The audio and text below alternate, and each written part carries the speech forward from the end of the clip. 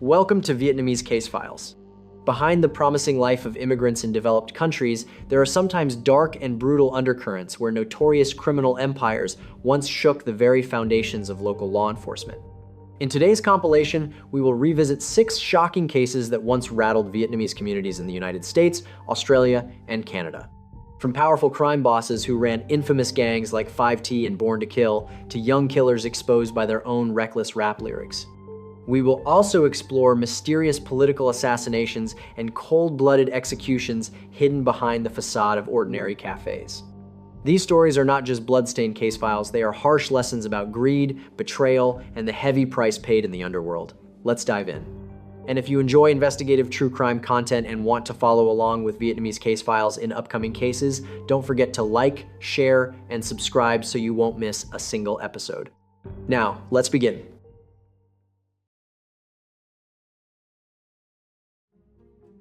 On the evening of December 5th, 2014, San Jose police received an urgent report of multiple gunshots fired behind the Golden King Cafe on Alum Rock Avenue. Just minutes later, detectives and an ambulance arrived at the scene.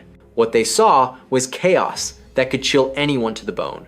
A middle-aged Asian man lying face down on the concrete, blood spreading around him.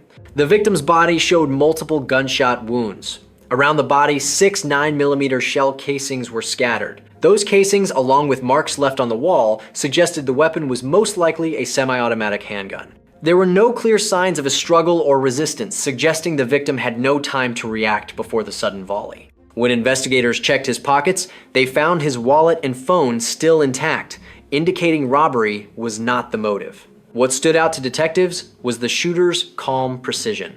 The attacker struck quickly and disappeared immediately, leaving behind very little evidence to follow. Using the identification found in the victim's wallet, police quickly determined that the man was Duong Dien Thiet Thach, 41 years old.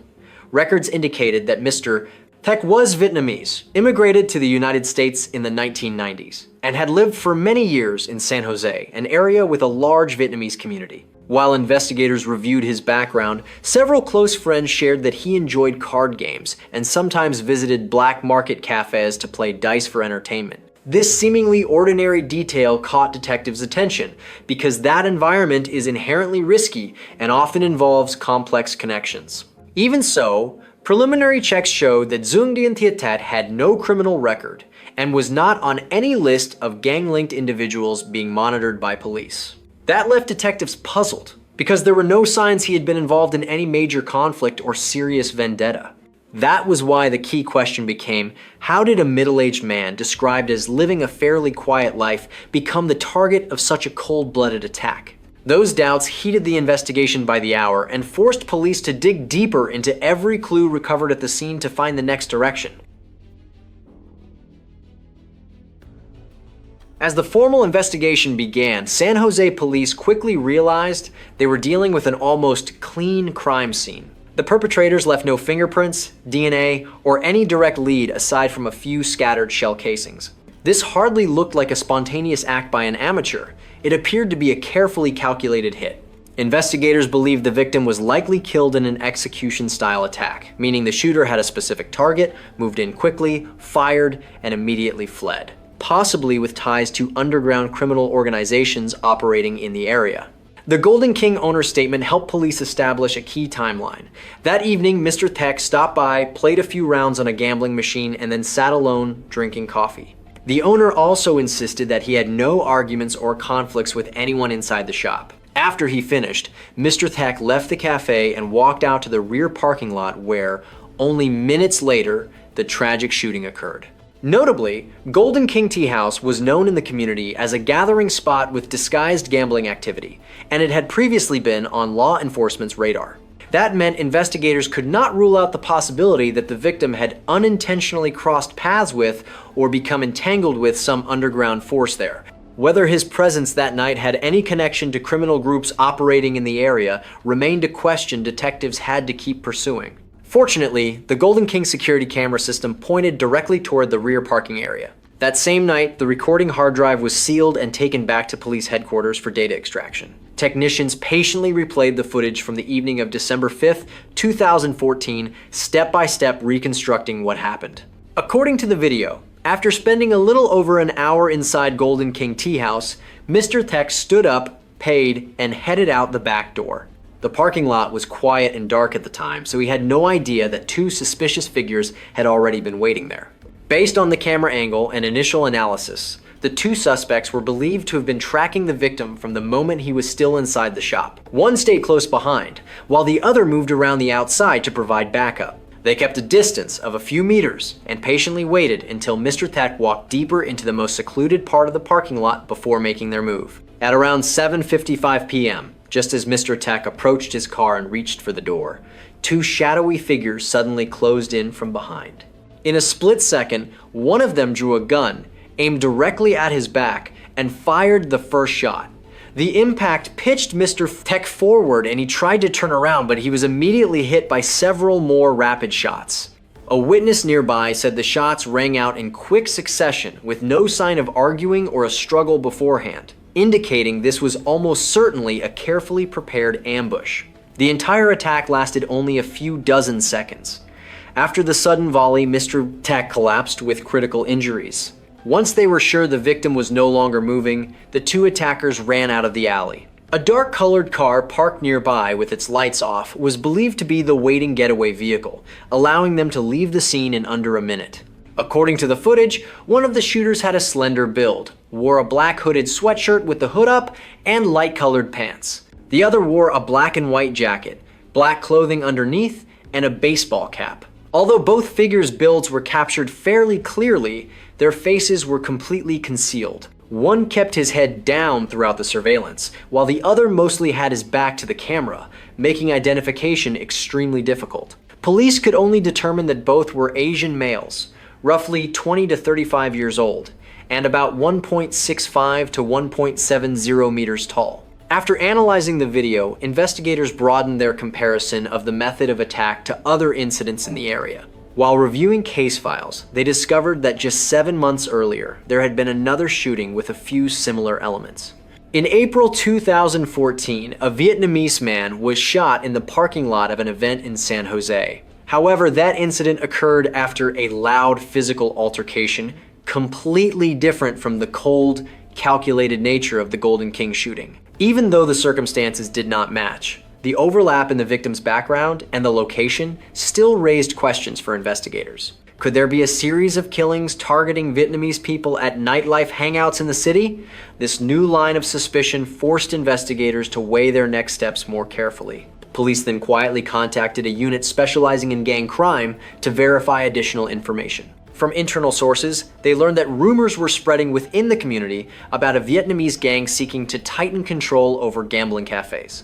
The group was said to be willing to deal with anyone who threatened their illegal operations, especially those who resisted or refused to fall in line. Even with this additional information, the investigation remained stuck for months. The identities of the two attackers stayed lost in the dark. Public pressure continued to rise, while fear spread through the Vietnamese community because no one knew whether this was an isolated incident or merely the visible tip of a broader underground conflict. In response, the San Jose Police Department was forced to change its strategy. In March 2015, they launched Operation Omni, a large-scale crackdown aimed at raiding multiple Vietnamese cafes suspected of housing illegal slot machines. More than 11 locations in East and South San Jose were hit in surprise inspections. The results revealed just how complex the local vice scene was. Authorities seized a total of 85 gambling machines and uncovered other activities hidden behind these hangouts, such as the sale of illegal substances and brokering of illicit services. In that sense, Mr. Tech's case became the tipping point pushing police to aggressively shut down a network of long-standing hotspots in the area. Operation Omni did help clean up part of the city, but what continued to haunt everyone was that the true killers in this case still had not been identified and remained outside the reach of justice. Not until 2016 did the case suddenly take an unexpected step forward. In March 2016, a similar shooting occurred at the Bon Mua Cafe on Thule Road. The victim was Brian Lay, 43 years old, attacked by an intruder who had his face covered with a knit cap. The swift, direct approach made it impossible for police not to think back to the Golden King case. Just 3 months later, in June 2016, tragedy struck again. Justin Chun, 26 years old, was shot while sitting in his car in front of his home. The shooter walked up, fired at close range, and fled the scene in a black Lexus. Notably, both victims were Vietnamese, and both had a habit of frequenting entertainment cafes similar to Mr. Thek's routine before he was killed in late 2014. A string of murders within just 3 years, focused on victims with similar lifestyles, led police to form a stronger hypothesis. Were these cases tightly connected and driven by the same Vietnamese criminal group? This new line of reasoning put the entire investigative effort on high alert. At that point, police decided to release part of the evidence publicly to ask the community for help. On July 19, 2016, video clips extracted from the surveillance footage in the Golden King and Bon Mua Cafe murders were provided to the media. Many outlets replayed the footage frame by frame, showing the moment two unknown men approached Mr. Thek from behind just before the attack. Even though the faces were unclear, investigators hoped someone might recognize their build, gait, or clothing. This public appeal gave the investigation a significant boost. Some people, who had operated in the underground world, began sending anonymous tips to police. They pointed to a prominent Vietnamese gang in San Jose that provided protection for gambling machines in many cafes. The group was described as highly organized and even capable of bribing insiders to obtain confidential information from law enforcement. When investigators received these tips, they were not overly surprised, because since March 2016, they had quietly been running an operation to dismantle a large Vietnamese criminal organization in the area. The new leads seemed to align with the direction they had been pursuing all along. In August 2016, the police operation reached a critical peak. In total, 34 search warrants were executed simultaneously, resulting in the arrest of 23 suspects. Most shocking of all was the allegation that a San Jose police officer with 9 years of experience had aided the gang. Evidence piled up in property rooms, including dozens of firearms, multiple types of illegal substances, 69 gambling machines, more than 200,000 USD in cash, and even an alligator kept as a display of power and to intimidate rivals. What particularly concerned investigators was that federal authorities said some of the people arrested were connected to unsolved homicides, including cases under investigation in San Jose. However, their specific identities or roles in those killings were not disclosed. Just when it seemed the investigation was closing in on the truth, everything suddenly went quiet. Although police dismantled a large criminal network, they still found no direct evidence to charge anyone in the murder of Mr. Thek Duong. The absence of key evidence gradually pushed the file into the cold case category, making it one of San Jose's most haunting unresolved cases for many years. Another surprise came in March 2020, when San Jose police announced they had arrested 3 suspects and issued a warrant for a 4th in connection with Justin Chun's case. The investigation stunned the community, because these men were not local Vietnamese suspects, as many had assumed. Instead, they were all from the Los Angeles area. The 3 arrested had criminal histories tied to activity in Los Angeles, while the suspect on the run had also been wanted in another case in Orange County in 2018. Based on this, police believe Justin Chun's shooting most likely stemmed from a personal dispute and was not directly connected to the string of cafe-related killings suggested in the earlier theory. This turning point forced investigators to reassess their entire analysis of the remaining cases. Still, they did not rule out a more complex possibility, that a local gang had hired outsiders to carry out the hit in order to misdirect investigators and cover their tracks. None of these theories have been confirmed, because to this day, the Golden King case still has no officially charged suspects. Even so, based on what has been gathered, both police and informed sources share a similar sketch of who may be involved in Mr. Thek Duong's murder. Most likely, they were members of a Vietnamese gang operating in San Jose, one that stood behind the protection and control of disguised gambling dens inside multiple cafes across the area. The individuals most often mentioned are young Asian men, roughly 20 to 35 years old. Notably, among the 23 people arrested in the 2016 operation were many Vietnamese names in their 20s. For that reason, police still suspect the killers may be within that group or indirectly connected to it. If the gang theory is correct, the motive may have been pressure forcing the Golden King owner and other cafe owners in the area to obey the underground rules imposed by the criminal group. Another theory is that the owner may have previously been pressured to pay protection money tied to gambling machines, and Mr. Thek Duong became an example to send a message. It is also possible he was suspected of providing information to police, leading them to eliminate him to silence a potential leak. Another line of thinking is that the killers belong to a rival group seeking to take over territory, targeting a regular customer to undermine the credibility of the group protecting Golden King. While none of these theories have been proven, they help paint a picture of those behind the crime: cold, calculating, and willing to kill without hesitation. Up to this point, no trial has been held specifically for the murder of Zunggin Tiettek because investigators still have not identified a specific suspect. Even so, the legal system has been trying to move in another direction by focusing on related charges in order to gradually expose the criminal network behind it. From the 2016 crackdown operation, the 23 suspects arrested appeared in court in San Jose on charges such as illegal gambling, extortion, trafficking in illegal substances, weapons possession, and conspiracy. The most high-profile case was San Jose police officer Derek Antonio, who was charged with 5 felonies for leaking confidential information and assisting the gang. Most defendants pleaded guilty or were convicted through agreements, receiving sentences ranging from a few years to several decades in prison. As for Justin Chun's case in 2016, after police arrested 3 suspects in 2020, the Santa Clara County Court charged them with first-degree murder. With deeper investigation and coordination with Los Angeles authorities, law enforcement also discovered that the group was linked to another homicide in Southern California. However, as of 2025, one of the 4 suspects was still on the run, meaning the case could not be fully closed. From these developments, it is clear that the hunt for the person who killed Mr. Thack Zeung is no less difficult, especially if the killer left the area or is hiding under the protection of accomplices.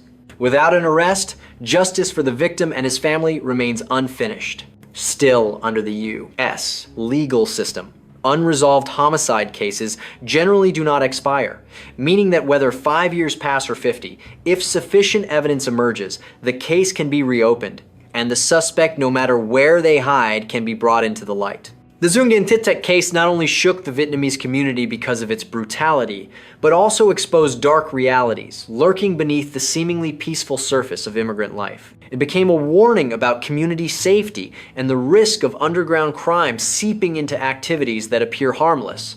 The social impact of the case was therefore far-reaching. The Vietnamese community in San Jose had long been close-knit and relatively calm, but after this incident, it went through a period of unmistakable fear and uncertainty. Some residents said they no longer dared to visit late-night cafes, afraid that one day they could become the next innocent victim. Some older community members even compared what happened to Hong Kong triad scenes from movies, except this time it was real life on American soil. Local and national media continued to report on the string of mysterious killings linked to Vietnamese victims, keeping public attention on edge. Even so, from a more positive angle, the case exposed the reality of disguised vice cafes and forced authorities to crack down, helping reduce some of the illegal activity in the Little Saigon area. The case also left many unanswered questions, such as whether the victim was truly a targeted hit or simply someone who was tragically in the wrong place at the wrong time. On the night of the 10th day of March, 1991, on a small corner near Canal Street, a delivery driver, trembling, called police after discovering an Asian man lying motionless outside Golden Star Jewelry, a well-known local store. Minutes later, the wail of patrol sirens tore through the stillness of Chinatown.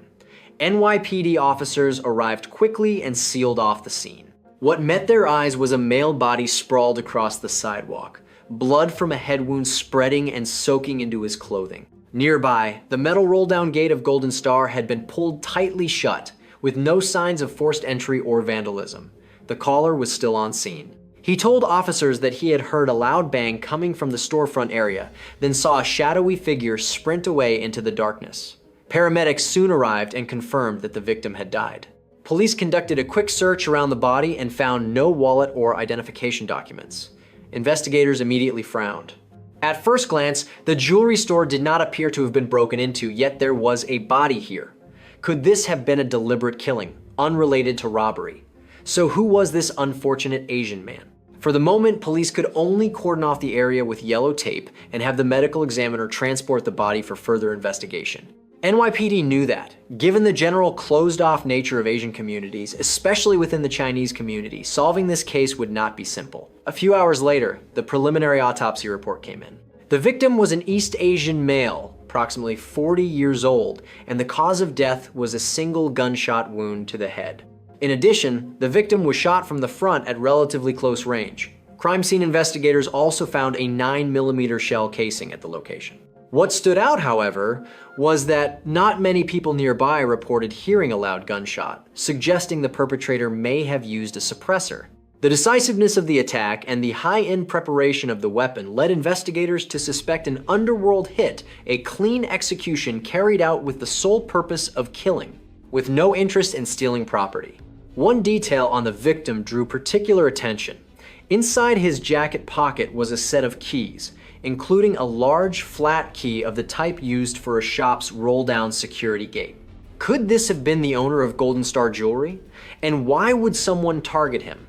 With so many questions, police decided to keep the information confidential for the time being, telling the press only that an Asian man was killed in Chinatown in order to avoid public panic and allow the investigation to proceed more discreetly.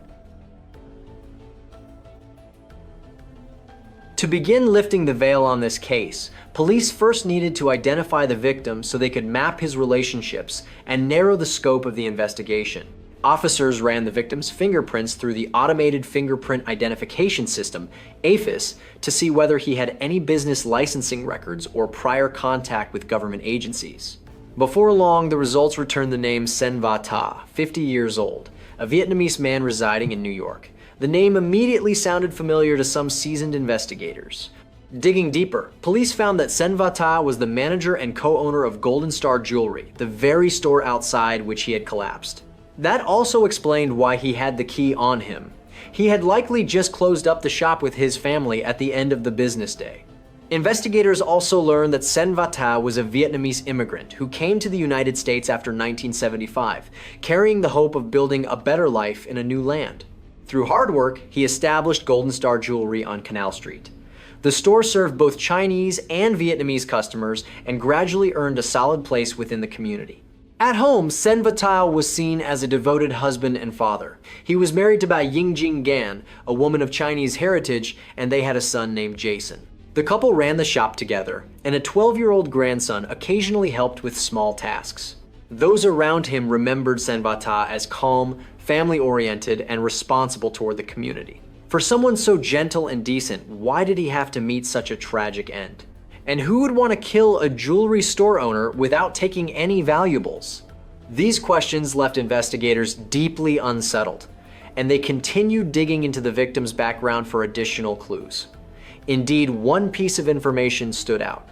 They discovered that in January 1991, about 2 months before the murder, Golden Star Jewelry had been the scene of a bold robbery carried out by an Asian gang. According to the report, on the 21st day of January 1991, an armed robbery crew of several Asian young men stormed into Golden Star, restrained Sen Ta and the employees, and stole cash along with a large amount of valuable jewelry. That robbery was part of a string of crimes committed by a Vietnamese gang known as Born to Kill. More notably, the file also stated that Sen Va Ta cooperated actively with police after the robbery and agreed to serve as a witness against the gang. From that point, the name Born to Kill rose as the #1 suspect. However, turning suspicion into evidence was a difficult journey. The gang was known for being violent, but also extremely careful skilled at covering their tracks and wiping evidence. They spread terror, and the community was so frightened that no one dared to testify against them. Worse still, even before Sen Ta's murder, there had been incidents in the area that police suspected were carried out by Born to Kill, but there was not enough proof. Now, with the killing of one of the rare witnesses brave enough to stand up to the gang, the pressure on investigators grew even heavier. They understood that if this group was not dismantled quickly, more blood would be spilled. Reviewing criminal intelligence. Detectives identified the most suspicious name as David Tai, the leader of Born to Kill. But of course, they still needed more evidence. The fact that the attack was timed precisely when the victim's family had just closed the shop suggested the killer had closely monitored Sen Ta's routine. That indicated they may have appeared around the store disguised as customers or passers-by. Unfortunately, Chinatown at that time did not have many public security cameras like it does today. Residents in the neighborhood claimed they did not know anything out of fear. The investigation quickly hit a dead end with no witnesses. Refusing to give up, NYPD shifted focus and concentrated on the gang's files. The good news was that the Asian Crime Task Force already had a substantial intelligence archive on Born to Kill. The gang had formed around 1988 under David Tai and was involved in a wide range of crimes, from selling counterfeit watches and operating brothels to extortion rackets, armed robberies, and contract killings. Their operations spread beyond New York into other states such as New Jersey, Connecticut, and Georgia, and even into Canada. In New York, at their peak, the group was estimated to have around 100 to 150 members, mostly young Vietnamese men. They gathered around Canal Street, tattooing themselves with the BTK initials along with a coffin and 3 candles. Born to Kill was notorious for its brutality and had been involved in bloody clashes with the Ghost Shadows and the Flying Dragons in battles over extortion territory. In particular, David Tai was regarded as an extremely cunning and ambitious ringleader. His full name was Tai Huang Ta, born in 1956 in Saigon. His childhood was shaped by the upheavals of war. As a teenager, Tai witnessed and took part in black market operations, acting as a middleman for American soldiers seeking illicit substances from Bin Sun gangs. After 1975, he came to the United States at the age of 19. In his new country, Tai Huang Ta was initially sponsored by a church and sent to Indiana, where he took the name David Tai. But within only a few months, he ran away to New York with 150 USD in his pocket, carrying a dream of changing his life. There, Tai worked all kinds of manual labor jobs just to survive, and he even tried enrolling in a short-term program at NYU in 1978. That same year, Tai married a Vietnamese immigrant woman. However, the pressures of making a living and supporting a family soon pushed him back onto the path of crime. Around 1983, David Tai joined a Vietnamese faction connected to the notorious Flying Dragons gang in Chinatown. But for Tai, being a foot soldier under a Chinese gang brought him no real status. So a few years later, he broke away and began building his own dark career. It started with selling counterfeit watches. With his street smarts, Tai established a cheap supply of fake watches and set up a stand right on the sidewalks of Canal Street. Business boomed quickly. And according to records, Tai brought in 13 million USD in 1988 alone. With money pouring in, Tai gained serious standing in the Vietnamese underworld. He recruited homeless and street-hardened Vietnamese youths in Chinatown, gave them shelter and money, and treated them as his junior men. And because of that, David liked to be called An Hai, crafting the image of a benefactor who protected newly arrived Vietnamese. But behind that so-called righteousness, Tai spread a cold-blooded thug mentality, ready to deal with anyone who crossed him. David Tai did not just want money, he wanted a name in the underworld. As Chinese gangs were being cracked down on in 1987 and 1988, Tai seized the opportunity to plant Vietnamese power on Canal Street. In 1988, Tai officially formed the Born to Kill gang. Before long, the group expanded, recruiting additional offshoots in Boston, Houston, Los Angeles, and beyond. David Tai effectively became the boss of a rising criminal empire. One afternoon in August 1989, right outside a Chinese market, David Tai ran into 2 Flying Dragons gangsters. A shouting match broke out, and they insulted him, spitting contemptuously at his feet. Enraged, Tai immediately went into a restaurant under his control, pulled out 2 handguns, handed them to 2 of his men, and ordered them to take the 2 out. Gunfire soon erupted in broad daylight on Canal Street. In an instant, the 2 Flying Dragons members collapsed and died on the spot. Residents panicked and slammed their shop doors shut, and the entire neighborhood held its breath. Police arrived, but no one dared to testify, even though many had witnessed it with their own eyes.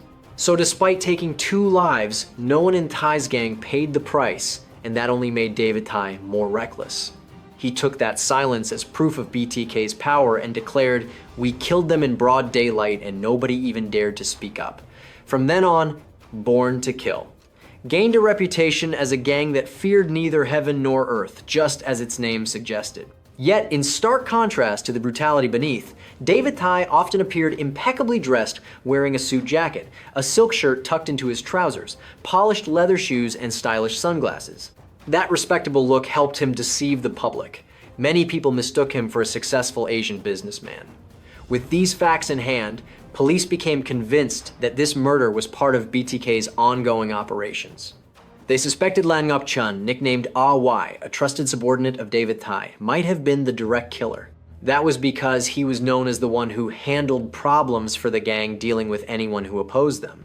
Moreover, intelligence from the task force indicated that Lan Ngọc Chun had volunteered to take care of Sen Va Tha after Tai ordered that the man at 302 Canal Street had to be eliminated. Even so, this was still internal intelligence.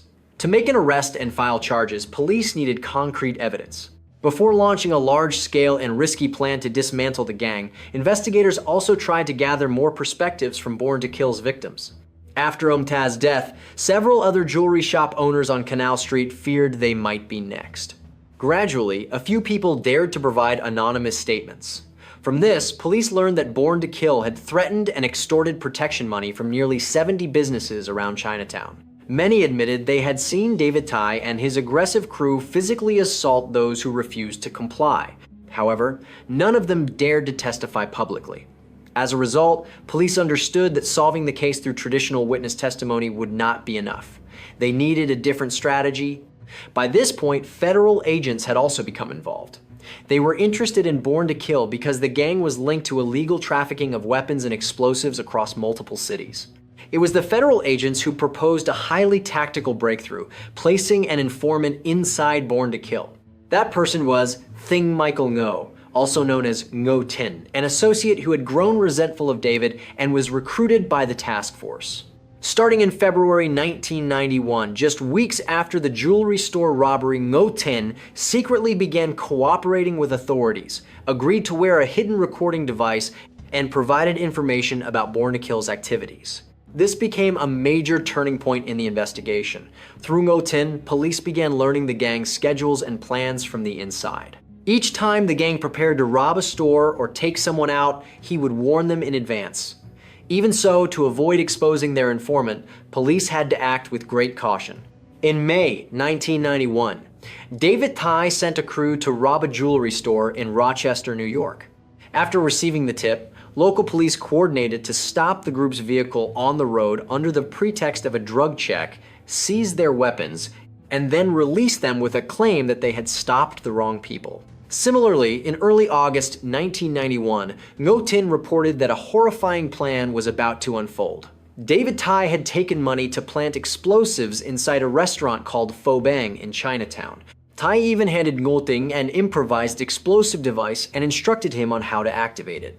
That very night, as two of Tai's men carried weapons toward the target, police swooped in, caught them in the act, and seized the explosive device, stopping in time an explosion that could have killed many innocent people.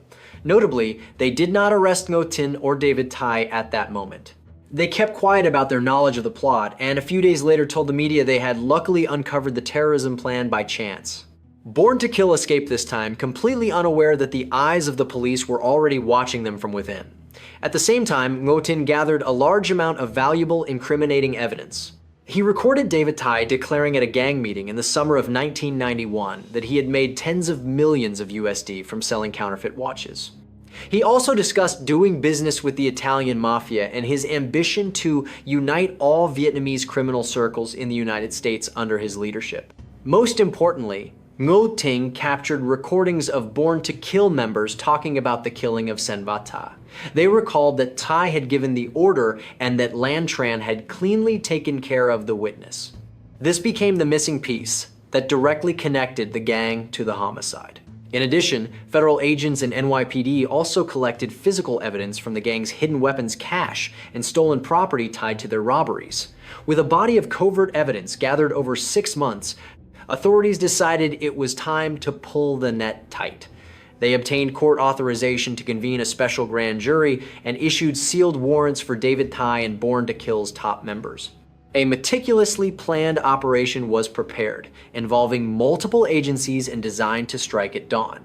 In the early morning of the 11th day of August, 1991, the entire task force raided a house in Melville, Long Island, one of Born to Kill's key safe houses. David Thai and 10 of his closest associates, including Lang Up Chun and Levu Lewis Hum, were captured before they could react. The evidence seized on site sent chills through everyone. It included a small cache of firearms, explosives, cash, and even a counterfeit Rolex workshop in the basement of Thai's home. American media described crime boss David Thai's face during the escort as shocked and furious behind stylish sunglasses. The operation was executed so flawlessly that it eliminated the primary suspects in one sweep. In a single day, nearly the entire leadership of Born to Kill was arrested. Soon afterward, police held a press conference to announce the results.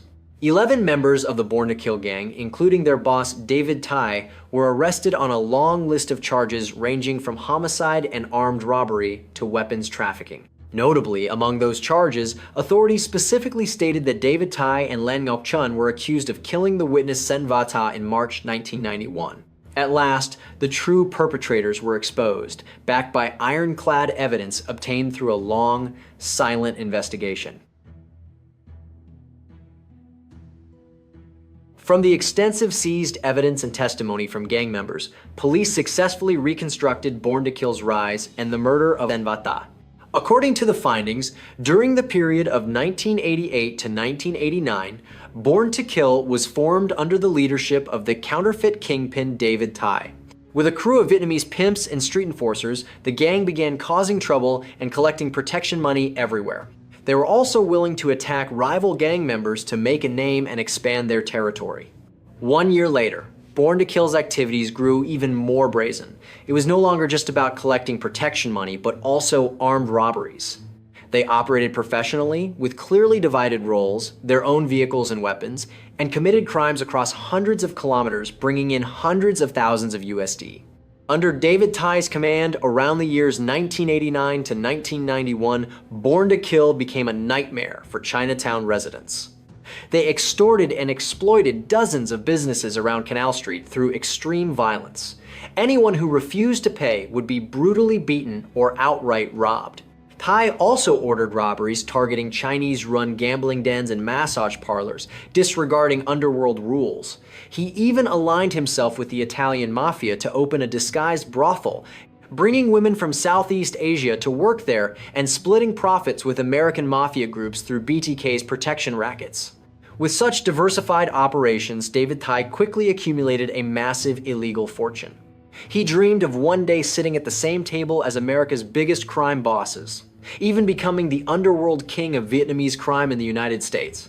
However, Thai's arrogance and cruelty gradually bred resentment even among his most loyal men. He did not hesitate to punish his own crew brutally, once personally beating an associate nearly to death together with Hum, using a radio and a chopping board simply because he suspected the man of hiding stolen goods.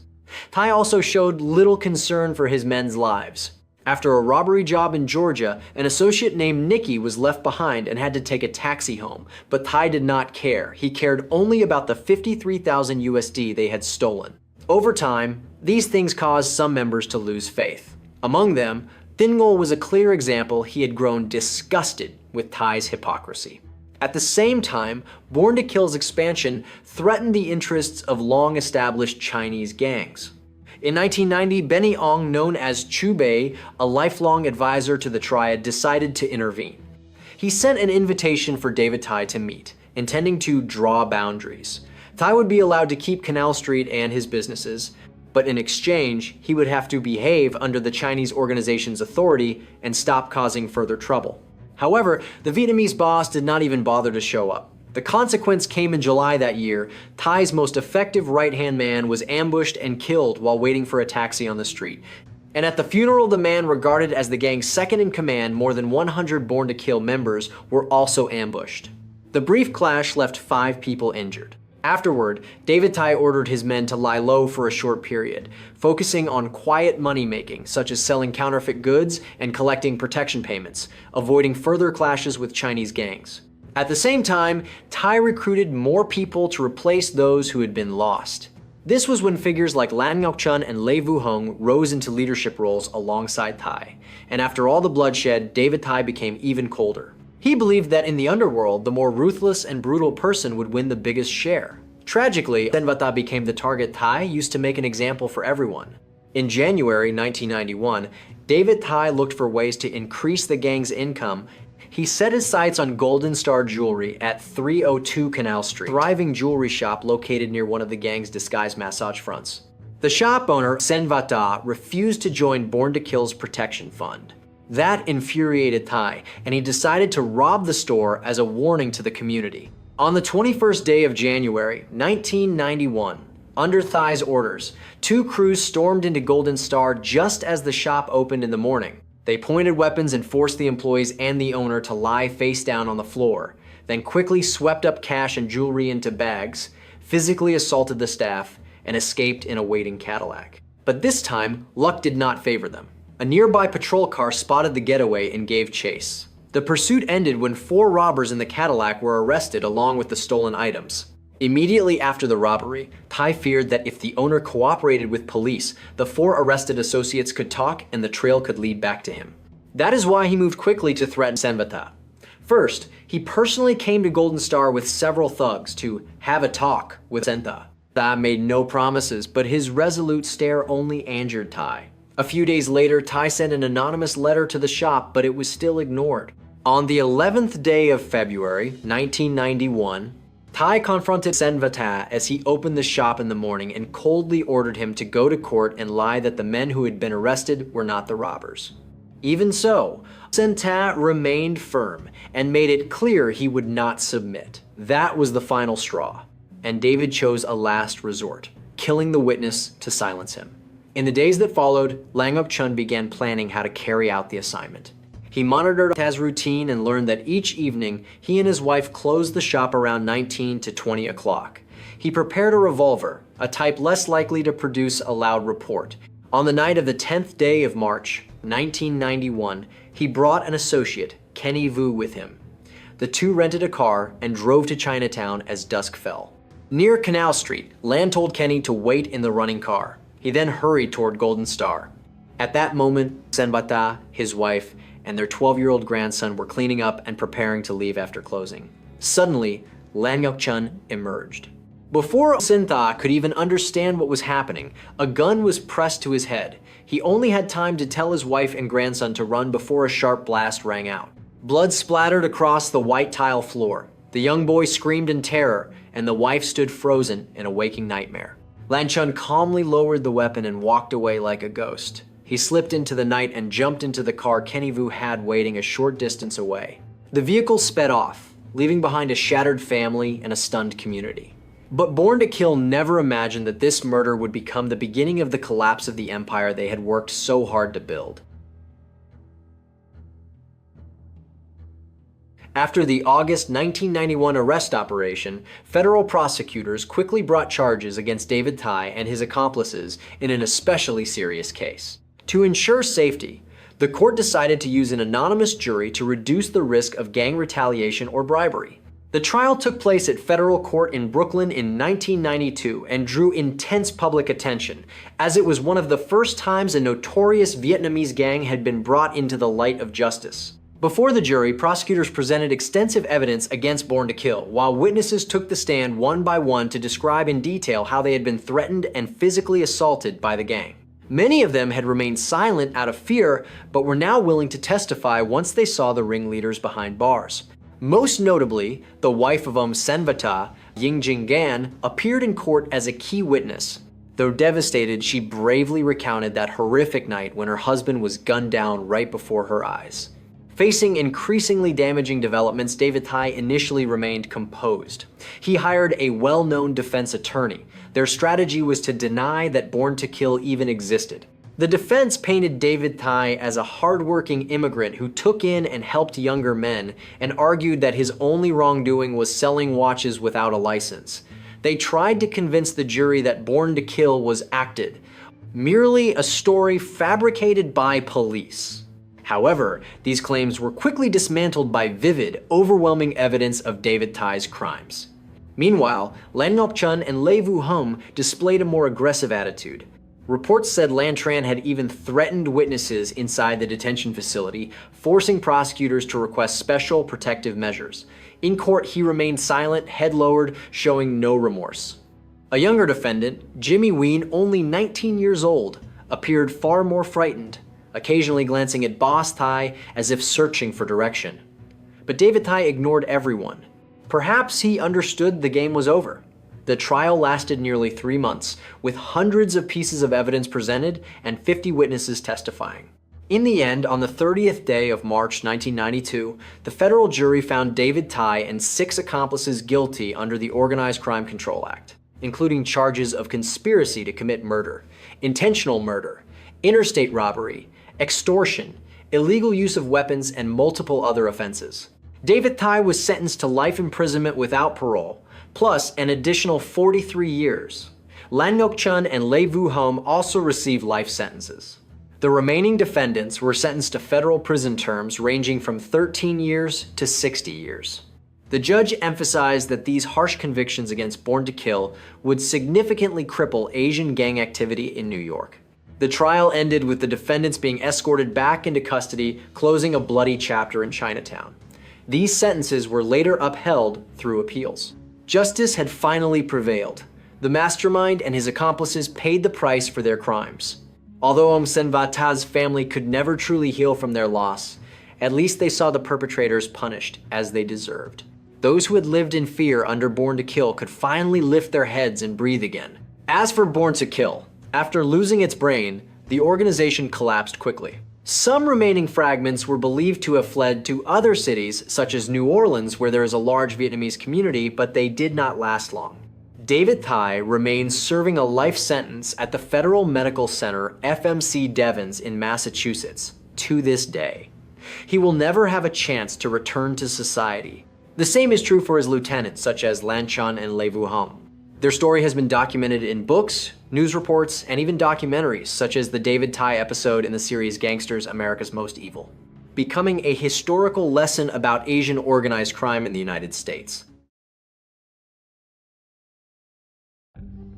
In the summer of 1991, Toronto was gripped by fear amid a wave of violent gang purges. Most striking of all was the death of an underworld legend, Asao Johnny Tran. He had once led the most powerful Vietnamese gang in Toronto, but was later found in a horrific state, both knees riddled with bullet holes, his face severely disfigured by a barrage of cold-blooded gunfire.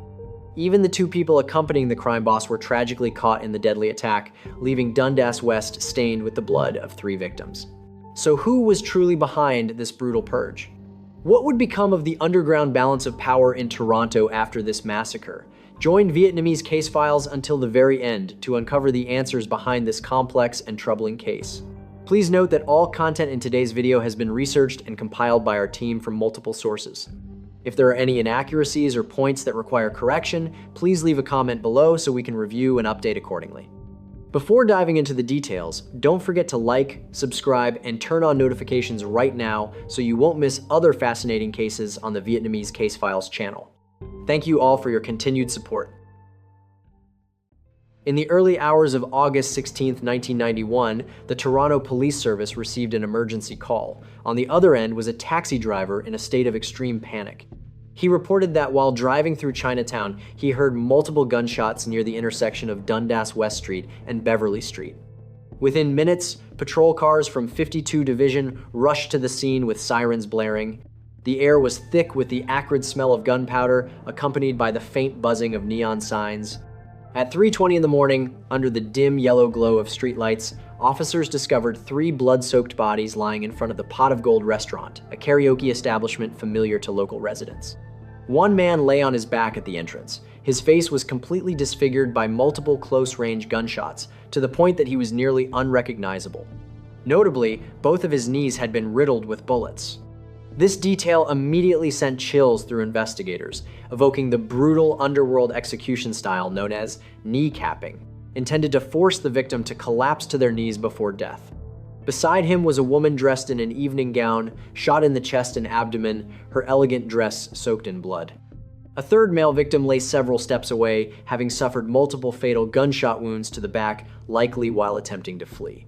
Homicide Detective Bernie Wyden of the Toronto Police leaned down to conduct a quick examination and shook his head at his colleagues, confirming that this was clearly an execution-style killing. The perpetrators had acted decisively and ruthlessly, ensuring that the victims endured maximum suffering and that none had any chance of survival. On the concrete ground, spent shell casings were scattered everywhere, more than 20 in total, identified as ammunition for automatic weapons, indicating that the shooter had unleashed a sustained barrage.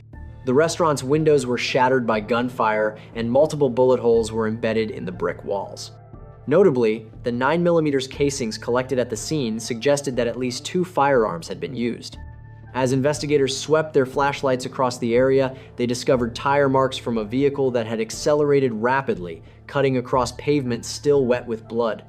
The few witnesses present that night recounted in trembling voices that they saw 2 dark figures jump into a dark-colored car and speed away immediately after the gunfire. No one could clearly identify the assailants, except that they appeared to be 2 men dressed in black, wearing glasses and face masks. The most useful piece of evidence at that moment was a handgun left behind on the roadway, likely dropped by one of the attackers during the hurried escape. However, Inspector Wyden's top priority was to identify the victims. Who were they, and why had they become targets of such a chilling massacre? Yet that very night, this line of investigation quickly hit a dead end. The man shot in the knees, clearly the primary target, carried no identification, and his face was so severely disfigured that visual recognition was impossible. The woman beside him had a handbag, but it contained no identification or driver's license. The third male victim, dressed in jeans and a plain t-shirt, had only a small amount of cash in his wallet, with no documents to confirm his identity.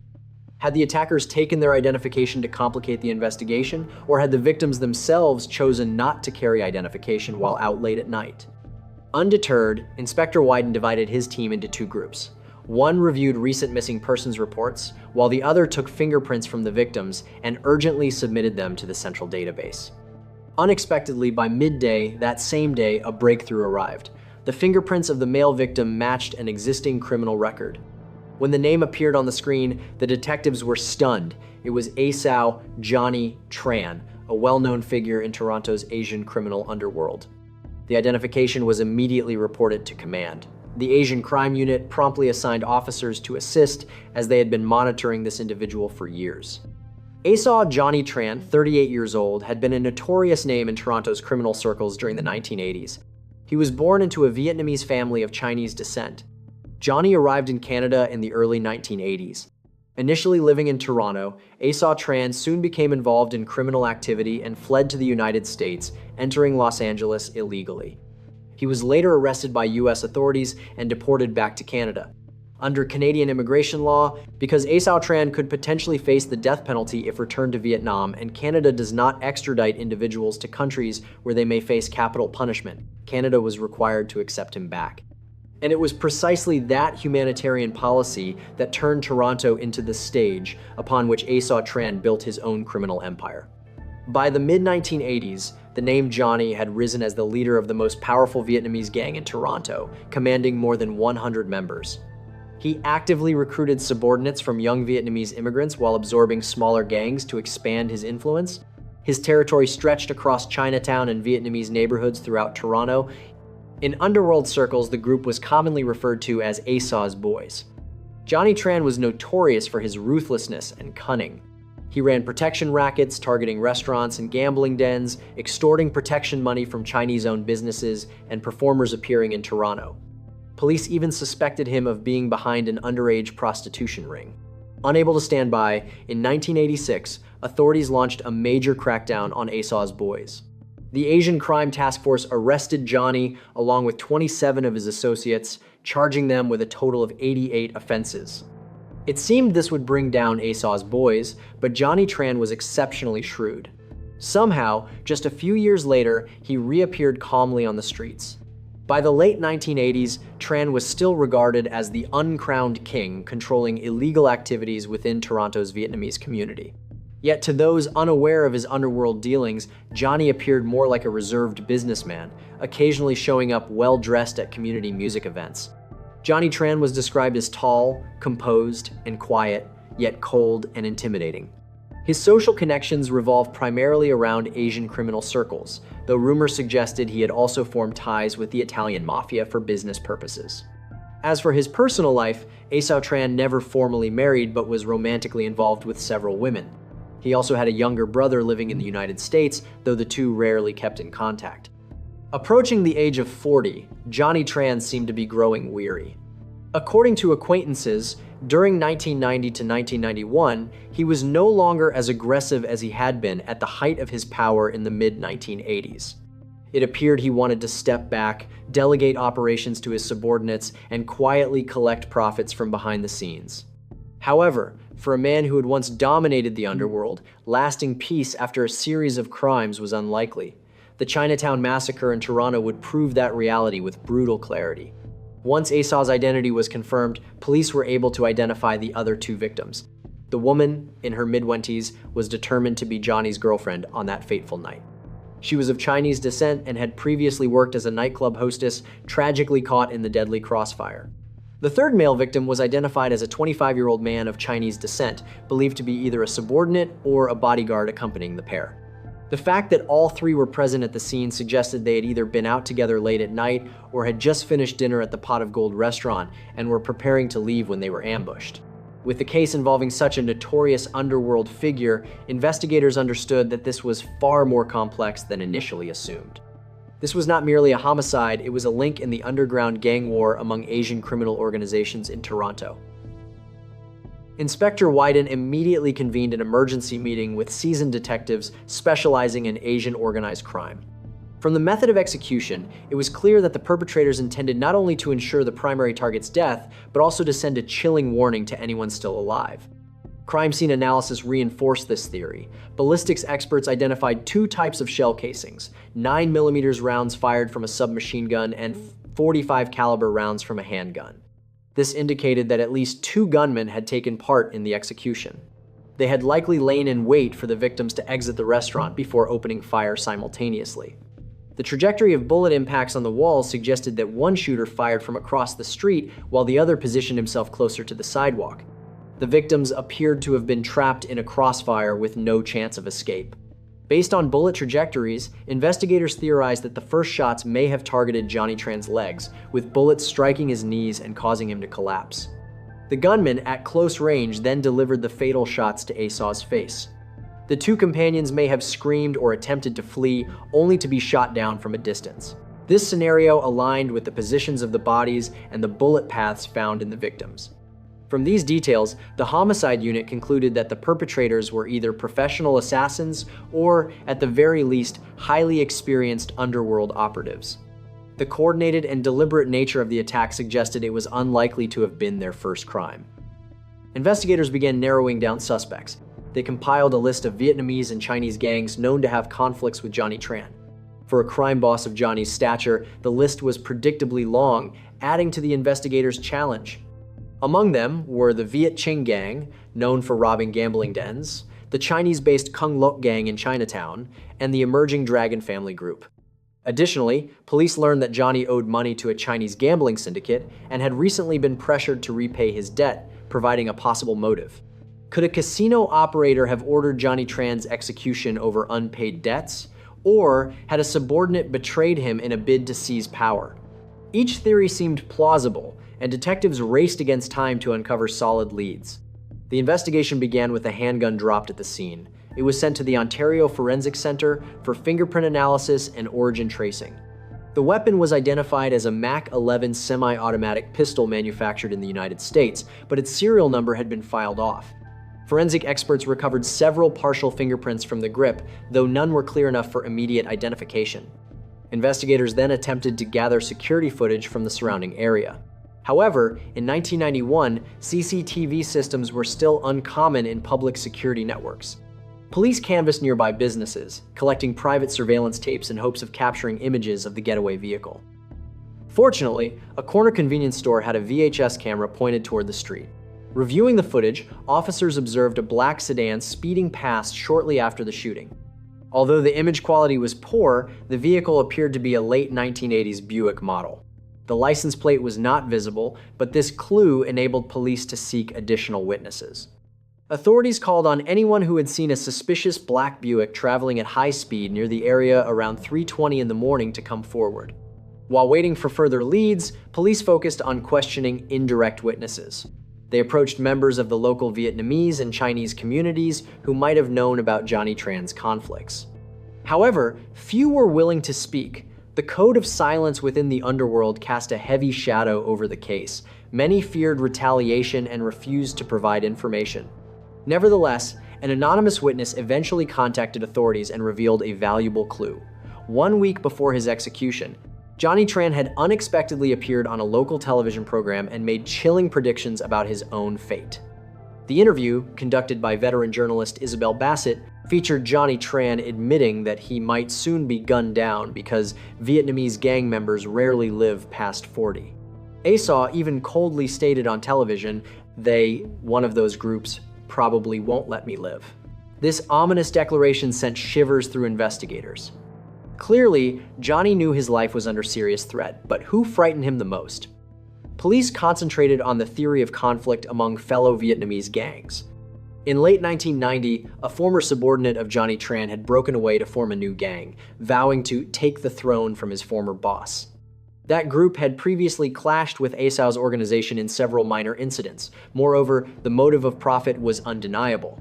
If Johnny Tran were gone, the lucrative protection rackets and gambling operations would be left open for others to seize. Notably, the summer of 1991 saw more than 10 similar homicides at Chinese and Vietnamese restaurants around Toronto. These killings were suspected to be part of a broader purge campaign among Asian gangs, an underground war in which Asao Tran's death may have been just one chapter. Inspector Whiting coordinated with federal authorities to examine common elements among the cases. Indeed, many shell casings recovered from other crime scenes were also 9mm rounds, and witnesses similarly reported seeing 2 Asian men fleeing those locations.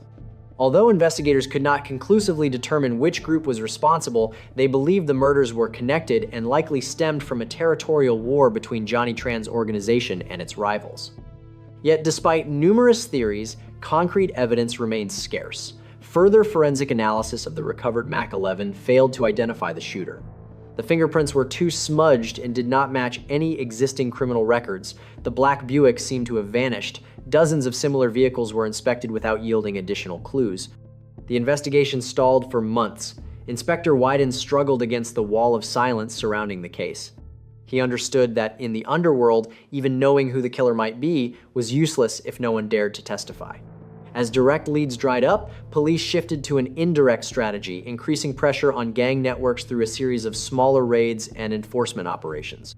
They hoped that under intensified scrutiny, someone would slip up or leak critical information. Indeed, in early 1992, a confidential federal police report suggested that a rival group known as XYZ may have been involved in the execution at Pot of Gold. However, the available evidence was still insufficient to formally charge anyone. The investigation later explored several additional directions, yet none produced promising results. At first, many speculated that a Chinese gang, specifically the Kung Lok gang, was behind the killing due to the professional execution style. However, sources within the Chinese community denied this theory, arguing that if a Chinese gang had carried it out, they would not have caused such public chaos on their own turf. Instead, most signs pointed toward an internal Vietnamese gang conflict. This shift in focus allowed police to concentrate more closely on Vietnamese gangs that had once operated under Johnny Tran. They reviewed his communication history, including phone calls and messages, and identified several suspicious calls prior to the night of the murder. Some public payphone calls made to Asao's residence on the evening before the shooting were traced. Investigators discovered that one of the calls originated from a payphone near a bar known as a gathering spot for Vietnamese gang members. It was possible that the caller intended to lure Johnny Tran to a meeting place or confirm his schedule. Although this lead did not directly identify the killer, it reinforced the theory that the perpetrators likely knew Johnny Tran personally or had prior connections with him rather than being distant or random rivals. Throughout 1992, Toronto police and federal authorities continued investigating Johnny Tran's murder as part of a broader strategy to dismantle organized crime networks. While sufficient evidence was gathered to prosecute several gang members on unrelated charges, the specific case of Asa Tran's execution still lacked the final piece of proof. Gradually, the investigation grew cold and was classified as a cold case. The file was archived by the Toronto Homicide Unit under homicide number 57 over 1991, awaiting new witnesses or advances in forensic science to unlock the mystery. Nevertheless, the sustained investigation and enforcement pressure weakened Asian criminal organizations significantly. By 1993 to 1994, the Asian Crime Task Force launched Operations Sea and Sky and Luen Hop, dismantling numerous drug trafficking and credit card fraud networks linked to Chinese gangs. Many prominent figures of Chinese descent were arrested and deported from Canada. Vietnamese criminal groups also declined substantially following Johnny Tran's death. In summary, the investigation into the assassination of Asa Johnny Tran was a long and perilous journey filled with uncertainty. With no direct witnesses, no confessions, and limited physical evidence, police were forced to navigate the shadows of the underworld. Although they were unable to immediately bring the perpetrators to justice, the process exposed the scale of Asian organized crime in Toronto and laid the groundwork for major crackdowns in the years that followed. More than 3 decades have passed, yet the case of Asa Johnny Tran remains one of Toronto's most haunting unsolved mysteries. It revealed the brutal underbelly of overseas Vietnamese criminal networks and marked the end of a crime lord's reign. In many ways, Johnny's death reshaped the landscape of Asian organized crime in Toronto. His gang dissolved, rival factions briefly competed for dominance, and many were eventually dismantled by law enforcement. Chinatown gradually regained stability after decisive security operations. Still, memories of the bloody summer of 1991 serve as a sobering lesson for both authorities and the community regarding public safety. The case also stands as a reminder that those who sow the wind will reap the whirlwind. At the height of his power, Johnny Tran created countless enemies, and in the end, those very enemies consumed him in the final moments of his life. For the overseas Vietnamese community, the Johnny Tran case, though painful, ultimately helped cleanse a tarnished reputation. After the gangs were dismantled, the vast majority of law-abiding Vietnamese residents in Toronto were able to rebuild their lives without being unfairly judged by the actions of a few criminals. Law enforcement agencies likewise learned valuable lessons, recognizing the importance of engaging, listening to, and protecting immigrant communities so that criminals would find no safe haven. Today, thanks to advances in surveillance technology, DNA databases, and international cooperation, many similar cold cases have renewed hope of being solved. Perhaps in the future, a technological breakthrough or a sudden awakening of conscience will reveal the identities of the 2 shadows who took Johnny Tran's life. Until then, the case file remains open, a reminder that justice may be delayed, but it never abandons forgotten victims. On the night of August 7, 1995, in Cabramatta, Sydney, the cold and silent darkness was suddenly shattered by the sharp blasts of gunfire. The shots echoed rapidly through the night, as if releasing the pent-up rage of the attacker. Nearby residents were awakened but remained inside their homes, cautiously waiting for what might happen next. When they dared to peek through their windows, they were horrified by the bloody crime scene unfolding outside. A few brave residents rushed outside to check on the situation and were stunned by what they saw. 3 young men lying sprawled in pools of blood. 2 had already died, their eyes wide open as if they had not even had time to comprehend what had happened. The 3rd was still barely breathing, blood pouring from fatal wounds. Shouts and frantic phone calls for help quickly filled the air. Within minutes, ambulances and police vehicles arrived. Authorities immediately sealed off the entire street. The flashing red and blue lights reflected off the dark red bloodstains scattered across the entrance of the apartment building. The scene looked more like an execution than a spontaneous street fight. Investigators observed that the victims had been shot multiple times at extremely close range, with most of the wounds concentrated in the head and chest. Spent shell casings were scattered around the doorway, suggesting that the attackers had been lying in wait, ambushing the victims at the exact moment they stepped outside. There were no signs of struggle, and no earlier screams or warnings were reported, indicating that the attack had been swift, professional, and carefully planned. All the evidence seemed to indicate that this was a gang retaliation rather than a spontaneous act of violence. And once investigators confirmed the identities of the victims, their theory became almost 100% certain. The unfortunate young men were none other than members of the 5T gang. This group had risen in the late 1980s as one of the most ruthless and daring underground forces in Cabramatta. The name 5T originated from the first letters of 5 Vietnamese words, tin, tu, toi, ter. which translate roughly to love, money, prison, crime, and death. At the same time, it was also interpreted as Tori Traer Thir Tin Thung, meaning youth deprived of love, referring to young people who lacked family affection and lost their way during adolescence. Indeed, many core members of the 5T gang were Vietnamese immigrant youths who had arrived in Australia alone without guardians. Growing up without family guidance, they were easily drawn into street gangs in search of a sense of brotherhood. Their criminal activities were numerous, ranging from drug trafficking to violent tactics used to eliminate rival groups. Because of this, their names were already well known in the databases of local law enforcement, allowing police to quickly identify the victims at the scene. Notably, one of the victims was not merely a low-ranking gang member, but Trun Min Tri, the notorious leader of the gang itself. Despite heading a criminal organization, Tri was still quite young. He was born in 1974 in southern Vietnam. In the late 1970s, his family left Vietnam and immigrated to Australia. After settling in Sydney, they moved to Cabramatta, a suburb where many Vietnamese immigrant families lived. However, life in the new country was far from easy. Although his family did not suffer severe financial hardship, Tri grew up feeling isolated and lacking proper guidance, while also facing heavy discrimination from segments of the local society. At that time, many Australians associated Vietnamese immigrants with gangs, crime, and heroin. This stigma pushed many young people, including Tri, down a dangerous path. By the age of 12, Tri had already dropped out of school and joined street gangs. Unlike many youths his age, he displayed certain traits that set him apart. He was bold, ruthless, and possessed a natural charisma that attracted followers. Within just a few years, he rose to become the leader of the 5T gang, one of the first Vietnamese gang organizations in the Cabramatta community. Under the leadership of Trun Min Tri, the 5T gang expanded rapidly. From the late 1980s, the gang spread fear throughout Cabramatta. They controlled much of the heroin flowing into Sydney, turning the neighborhood into what many called a heroin capital. His followers idolized him because he was daring, ruthless, yet loyal to his crew, always ensuring that problems were dealt with decisively. As a result, even in his early 20s, Tri had already become a true crime boss, a man who could order someone's death with nothing more than a nod. Many serious murders from the late 1980s to the early 1990s were suspected to involve Trun Min Tri, yet police were unable to arrest him. Partly this was due to a lack of solid evidence, and partly because he had been a minor for much of that time. Even when police tightened their surveillance, his loyal subordinates were always ready to take the blame in his place. The other victim who later died from the attack was Nguyen Thanh Hao, a close associate of Trun Min Tri.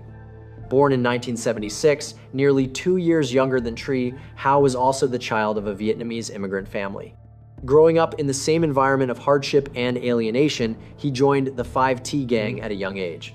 If Tri was considered the brain and heart of the gang, then Hao was his right-hand man, accompanying him in nearly every operation from protection rackets and illegal trafficking to violent retaliation against rival groups. Hao was especially known for his absolute loyalty. In the criminal underworld, where betrayal was common, a subordinate who remained beside his leader until the very end, like Hao, was extremely rare. Yet it was precisely that loyalty that ultimately led him to share the same fate as the 5T gang boss. In addition to the 2 men who died, 1 person survived the attack. The identity of this survivor was never publicly disclosed. Police only confirmed that he was a relatively low-profile member of the gang. Moreover, investigators were unable to obtain any useful information from him, likely due to the unwritten code of silence within the criminal underworld. This silence only deepened the mystery of the case and fueled further speculation. Immediately after the incident, the New South Wales police launched a large-scale investigation. At first, what they had was merely a chaotic crime scene, several shaken witnesses, and the name of a well-known victim within the community gang leader Trun Min Tri. The fact that someone like Tri had been assassinated on his own turf not only raised questions about the attacker's boldness, but also placed enormous pressure on law enforcement. Cabramatta was already notorious for Asian organized crime, particularly Vietnamese gangs. A brazen public killing like this was a serious blow to the reputation of the police. They needed answers, and they needed them quickly. Within the first few hours, investigators narrowed the case down to 2 main possibilities. The first was an internal conflict between Vietnamese gangs operating in Cabramatta. The second was retaliation from Chinese criminal groups, which had a long history of clashes with the 5T gang. Detectives gathered statements from witnesses who had been nearby, many of whom were acquaintances of Tree or members of the local Vietnamese community. Their accounts, however, were fragmented. Some witnesses claimed they saw a man wearing a dark jacket quickly leaving the scene after the gunshots were fired. Others insisted there were two attackers involved. What all accounts had in common was that the entire incident happened extremely quickly, leaving no time for anyone to react. The attack lasted only a few seconds, yet it was enough to spread shock and terror throughout the neighborhood. In the following days, police began reconstructing Trun Minh Trie's criminal history. They reviewed thick case files on the 5T gang and concluded that the murder was unlikely to be a spontaneous act of violence. Instead, it was probably connected to a network of rivalries and grudges that had accumulated over many years. One major investigative direction focused on the relationship between the 5T gang and Chinese criminal groups in the region, particularly the 14K Triad and other organizations linked to international heroin trafficking networks. Police records revealed that just months before his death, Trun Minh Trie had reportedly clashed with several Chinese crime bosses over the division of profits. One anonymous witness told police that he had heard rumors of a death sentence being issued against Tree during a secret meeting among figures in the criminal underworld. However, there was no concrete evidence to support this claim, and investigators understood that statements like this could easily be nothing more than rumors. At the same time, detectives also began examining the internal dynamics of the 5T gang. Although Trun Minh Trie was known as a strict and powerful leader, not everyone within the organization remained loyal to him. Several former members had left the gang due to disagreements or because they felt they had been punished too harshly by Tree. Many of them could have had motives for revenge. In particular, police became interested in information suggesting that just weeks before the shooting, Tree had a heated argument with a longtime lieutenant. This detail was kept confidential, but for investigators, it could have been a crucial link leading to the killer. However, when police questioned those believed to be close to Tree, they all either remained silent or claimed to know nothing, leaving the investigation at a dead end. With few leads, investigators turned their attention to physical evidence. The shell casings collected at the scene belonged to a semi-automatic handgun, a type of weapon commonly used among Asian criminal groups at the time. However, the murder weapon itself was never recovered. Fingerprints and shoe prints found at the scene also failed to produce any useful results. The only notable clue came from a security camera at a nearby store, which captured the image of a dark-colored car leaving the scene just minutes after the attack. Unfortunately, the vehicle's license plate was obscured, and the camera angle was too blurry to identify the driver. At the time, digital forensic technology was still limited, preventing police from extracting further information. With little concrete evidence, police were forced to rely on community infiltration tactics. Informants were placed within the Vietnamese criminal circles in an attempt to gather intelligence. Some sources suggested that the murder might be connected to a failed drug deal, in which Trun Minh Trie was believed to have betrayed a powerful partner. Other rumors claimed that Trie had been planning to expand his operations into Melbourne, potentially threatening the interests of other crime bosses. These theories seemed plausible, but none were supported by verifiable proof. However, among the intelligence reports gathered during the investigation, one piece of information drew particular attention. It had little to do with gang activities and instead carried political implications. More than 1 year earlier, Australia had been shaken by what was considered the first political assassination in the country's history. The victim was John Newman, a Labour Party member and state parliament representative for the Cabramatta area who was murdered outside his home.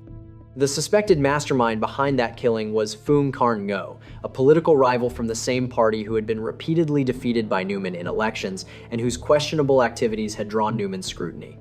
What made the situation even more intriguing was that police discovered that in mid-1994, Phuong Karn Ngo had reportedly approached Trun Minh Trie, bringing with him 10,000 AUD and asking Trie to take care of John Newman. However, at that time, Trun Minh Trie had flatly refused the dangerous proposal. He likely understood that if a member of parliament were assassinated, the attention of the authorities would immediately intensify. Such a scandal could bring down the entire 5T criminal empire and potentially cause severe consequences for the broader Vietnamese community in Australia. Despite his reputation as a ruthless criminal, Trun Minh Trie still had a line he refused to cross. He avoided becoming involved with high-ranking political figures. This raised a troubling question. Could Phuong Karn Ngo have wanted Trie eliminated to silence a potential witness? The New South Wales police later investigated this possibility extensively, but no concrete evidence was ever found. Nevertheless, by pursuing that lead, investigators uncovered significant internal information about the 5T gang. According to intelligence reports, Trun Min Tree's tendency to impose strict rules and personal limits made him unpopular with some of his own subordinates. In fact, since the early 1990s, Tree had begun considering withdrawing from the illegal drug trade after witnessing how heroin had devastated many Vietnamese families in the community. This shift in attitude angered several of his associates, particularly those who were earning large profits from drug trafficking and felt betrayed by their leader. As a result, seeds of rebellion began to grow within the ranks of 5T. Intelligence sources reported that Vun Madonna Lay, once an older and more experienced figure in the gang, was released from prison and returned to Cabramatta in early 1995. Madonna still harbored ambitions of reclaiming leadership of 5T from his former subordinate Trinh Minh Tree. His return caused a silent division within the gang. One faction remained loyal to Tree, while another began gravitating toward the old leader Madonna. Tensions and confrontations soon began to occur in the shadows. At one point, the two sides were believed to have clashed in a violent fight, which ultimately ended in Trinh Minh Tree's favor. Tree's men reportedly beat Madonna Lay so severely that he nearly lost his life. From that moment on, Madonna's motive to take revenge and overthrow Tree became unmistakably clear. Investigators focused heavily on this line of inquiry and even arrested 3 suspects connected to the conflict. However, no one was willing to testify against them, and the available evidence was too weak to support prosecution. As a result, the suspects were never brought to trial. In fact, their identities were kept confidential, partly because police did not want to lose credibility within the community. In the months that followed, the investigation gradually reached a dead end. Fear of retaliation spread throughout Cabramatta. Residents who might have witnessed something chose to remain silent. For them, protecting their lives was far more important than cooperating with police. This silence turned the investigation into a labyrinth, and the death of Trinh Minh Tree slowly became shrouded in mystery. Even veteran detectives from New South Wales Police eventually admitted that it was one of the most difficult cases they had ever encountered. Although the true mastermind remained unknown, the limited testimony and clues gathered by investigators allowed police to partially reconstruct what had happened that night. Cabramatta, on an evening in August 1995, was usually filled with the sounds of street vendors and lively conversations. Yet that night carried an unusual tension, as if something ominous was about to unfold. From a small house on John Street, a figure stepped outside. It was Trinh Minh Tree, the notorious leader of the 5T gang, a man many Vietnamese youths in the area regarded as a legend. At that time, Tree was only in his early 20s, yet he had already controlled the gang for nearly a decade. Under his command were dozens of loyal followers, multiple illegal trafficking operations, and an entire underground empire that had long troubled New South Wales police. However, the tide was beginning to change. Tree had started to consider leaving the criminal world behind. This shift created growing resentment within the 5T gang, and somewhere in the shadows, a plan to overthrow him had begun to take shape. That evening, a group of 5 T-gang members who no longer shared the same goals as Trinh Minh Tree had already positioned themselves at a street corner nearby. They arrived in a dark-colored car to avoid drawing attention and were heavily armed in case their target resisted. At around 10 o'clock that night, Trinh Minh Tree stepped outside with 2 of his subordinates. He did not carry himself like a crime boss. Instead, he appeared calm and ordinary, like a young man stepping outside to get some fresh air after a long day, completely unaware that danger was already closing in. At that moment, at least 3 attackers suddenly rushed forward. Without saying a word, they raised their weapons and opened fire. The cold bullets struck directly into his chest and head. Tree collapsed instantly on the front porch, blood spreading across the steps while a lighter remained in his hand, never having been used. The killers disappeared into the night so quickly that no one could identify them, leaving behind nothing but rumors and unanswered questions. For many years afterward, police believed that several people likely knew the truth about what had happened. However, because of the underworld's strict code of silence and the fear of retaliation, no one dared to speak. If even a notorious crime boss like Trinh Minh Tree could be killed so suddenly, there was no guarantee that witnesses would remain safe. Whatever the truth may have been, the consequences of the assassination were clear. The 5T gang collapsed. Without a central leader, the organization quickly fragmented into smaller groups or was absorbed by larger criminal networks. In fact, after the incident, the Cabramatta Anti-Gang Task Force, led by Inspector Deborah Wallace, held direct meetings with several remaining senior members of 5T. Wallace later recalled that those gang figures did not bother hiding the harsh truth. They admitted that their leader was gone and that 5T had become like a snake without a head. As a result, many of the original core members of 5T decided to retire from criminal life, believing their golden era had ended. Others split off to form smaller gangs. Notable examples included Madonna's Mob, led by Von Rollet, and Four Aces, a group established by former 5T members. However, these groups soon suffered similar fates. Madonna's Mob lost its leader when Rollet Madonna was assassinated in 1999, shortly after his release from prison. Meanwhile, Four Aces was eventually dismantled by police crackdowns before the year 2000. After nearly 15 years of dominance, the 5T empire officially ended with the death of Trun Min Tree. His fall created a power vacuum within the Cabramatta criminal underworld. Other gangs, especially Chinese groups such as Black Dragon, Red Dragon, and the Big Circle Boys, quickly rose to seize control of the territory. As a result, new waves of gang violence erupted, causing the homicide rate in Cabramatta to rise sharply during that period.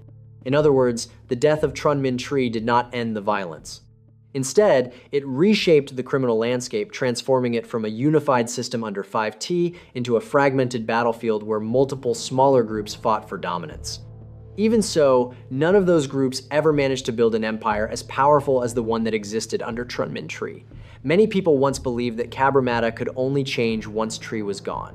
Yet in the end, that very assassination pushed the area even deeper into crime for many years afterward. Nevertheless, the assassination of Trun Min Tree ultimately served as a stark warning that the path of gang life rarely leads to a good ending.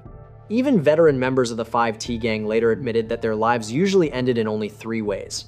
Either you are killed, you go to prison, or if you are lucky enough to survive, you are forced to retire. Trun Min Tree met the first ending killed by his own associates. Others, such as Phoon Karn Ngo or Rollet, faced the second ending imprisonment or assassination. Very few ever managed to quietly retire and live peacefully into old age. For that reason, the story became a bitter lesson for younger generations. Do not be seduced by the false glamour of the criminal underworld. From the perspective of the authorities, the killing of Trun Min Tree and the instability that followed pushed the New South Wales government and police to take stronger action. Special task forces such as Strikeforce Portville and Strikeforce Scottsville were established to dismantle gang networks in Cabramatta. These operations lasted for more than 2 years, involving numerous specialized police units. By the end of 2001, authorities announced that Asian organized crime gangs had effectively been dismantled in Cabramatta. The suburb, once known as a drug trafficking hub, gradually became safer in the years surrounding the Sydney Olympic Games in 2000 and afterward. Looking back, investigators concluded that over roughly 15 years, from 1985 to 2001, Vietnamese gang networks had been responsible for more than 60 murders in the area, a shocking number. Therefore, dismantling these organizations was considered a major achievement for law enforcement, even if it came later than many had hoped. In the end, the residents of Cabramatta will likely never forget those turbulent years when the streets were filled with young men bearing 5T tattoos, gunshots could erupt in busy markets, and even a member of parliament was assassinated by criminal forces. Nor will they forget the day Trun Min Tree collapsed under a hail of bullets, marking the beginning of the end for a dark chapter in the suburb's history. From those ashes, the community eventually drew painful lessons about the power of compassion, education, and the rule of law. In the end, it was those values that prevailed, driving away the darkness that the 5T gang had cast over an entire generation of misguided youth. On the evening of September 5th, 1994, silence blanketed Woods Avenue in the suburb of Cabramatta, located 30 kilometers from Sydney. Member of Parliament John Newman was driving home after a meeting. It was 9:30 at night, and beside him was Lucy Wang, his much younger fiancée, who had been increasingly worried about his safety following recent threats. Upon arriving home, the two stepped out of the car and covered it with a tarp for the night. At that very moment, a burst of gunfire shattered the darkness. Within seconds, everything fell silent again, except for Newman's painful groans. Lucy was horrified to see her partner collapse. Blood quickly soaked through his white shirt. In her shock, she caught a glimpse of a figure wearing a camouflage military-style jacket rushing past the bushes. The assailant coldly fired a final shot, then jumped into a waiting car and disappeared into the night, leaving Lucy screaming beside her motionless fiancé. Newman appeared to have died almost instantly after the gunfire. Lucy's trembling hands tried desperately to stop the bleeding in vain, her tears mixing with his blood. Summoning all her composure, she rushed inside to make an emergency call to report the crime. Minutes later, police sirens pierced the still night air of Cabramatta. The scene was quickly secured. Lucy Wang, the only eyewitness to the shooting, nearly collapsed, sobbing uncontrollably while trying to describe what she had seen to investigators. She stated that the gunman wore a hood and a camouflage military jacket, had a medium build, fired 4 consecutive shots, and then fled the scene. However, the shock and the speed at which everything unfolded prevented Lucy from seeing the gunman's face or the vehicle's license plate clearly. Paramedics did everything they could at the scene, but ultimately had to declare that John Newman did not survive. News that a sitting member of parliament regarded as a beacon of hope for the community had been killed at his own doorstep quickly sent shockwaves through the public, placing immense pressure on police to swiftly identify the perpetrator. Given that the victim was a prominent public figure like John Newman, investigators focused on thoroughly examining his background and recent activities in order to narrow down potential suspects. John Paul Newman, born Johann Graunig in 1946 in Austria, migrated with his mother to Australia at the age of 4 and grew up in the multicultural suburb of Cabramatta. His mother later remarried and changed his surname to Newman. From that point on, the name John Newman became associated with the journey of a young immigrant integrating into Australian society. He attended local public schools and gradually built his life in his adopted homeland. Through determination and perseverance, he studied at the University of Sydney and obtained a postgraduate degree in industrial law. John Newman then entered local politics, serving on the Fairfield City Council and holding the position of deputy mayor during the 1980s. In 1986, he was elected to the New South Wales Parliament as the representative for Cabramatta and was re-elected in 1988 and 1991. Throughout his career, he was dedicated to his constituents, particularly advocating for the welfare of immigrant communities. Friends described him as passionate, outspoken, and fearless in defending what he believed was right. Yet his personal life had been marked by tragedy. In 1979, his first wife, Mary, and their 5-year-old son were killed in a devastating car accident.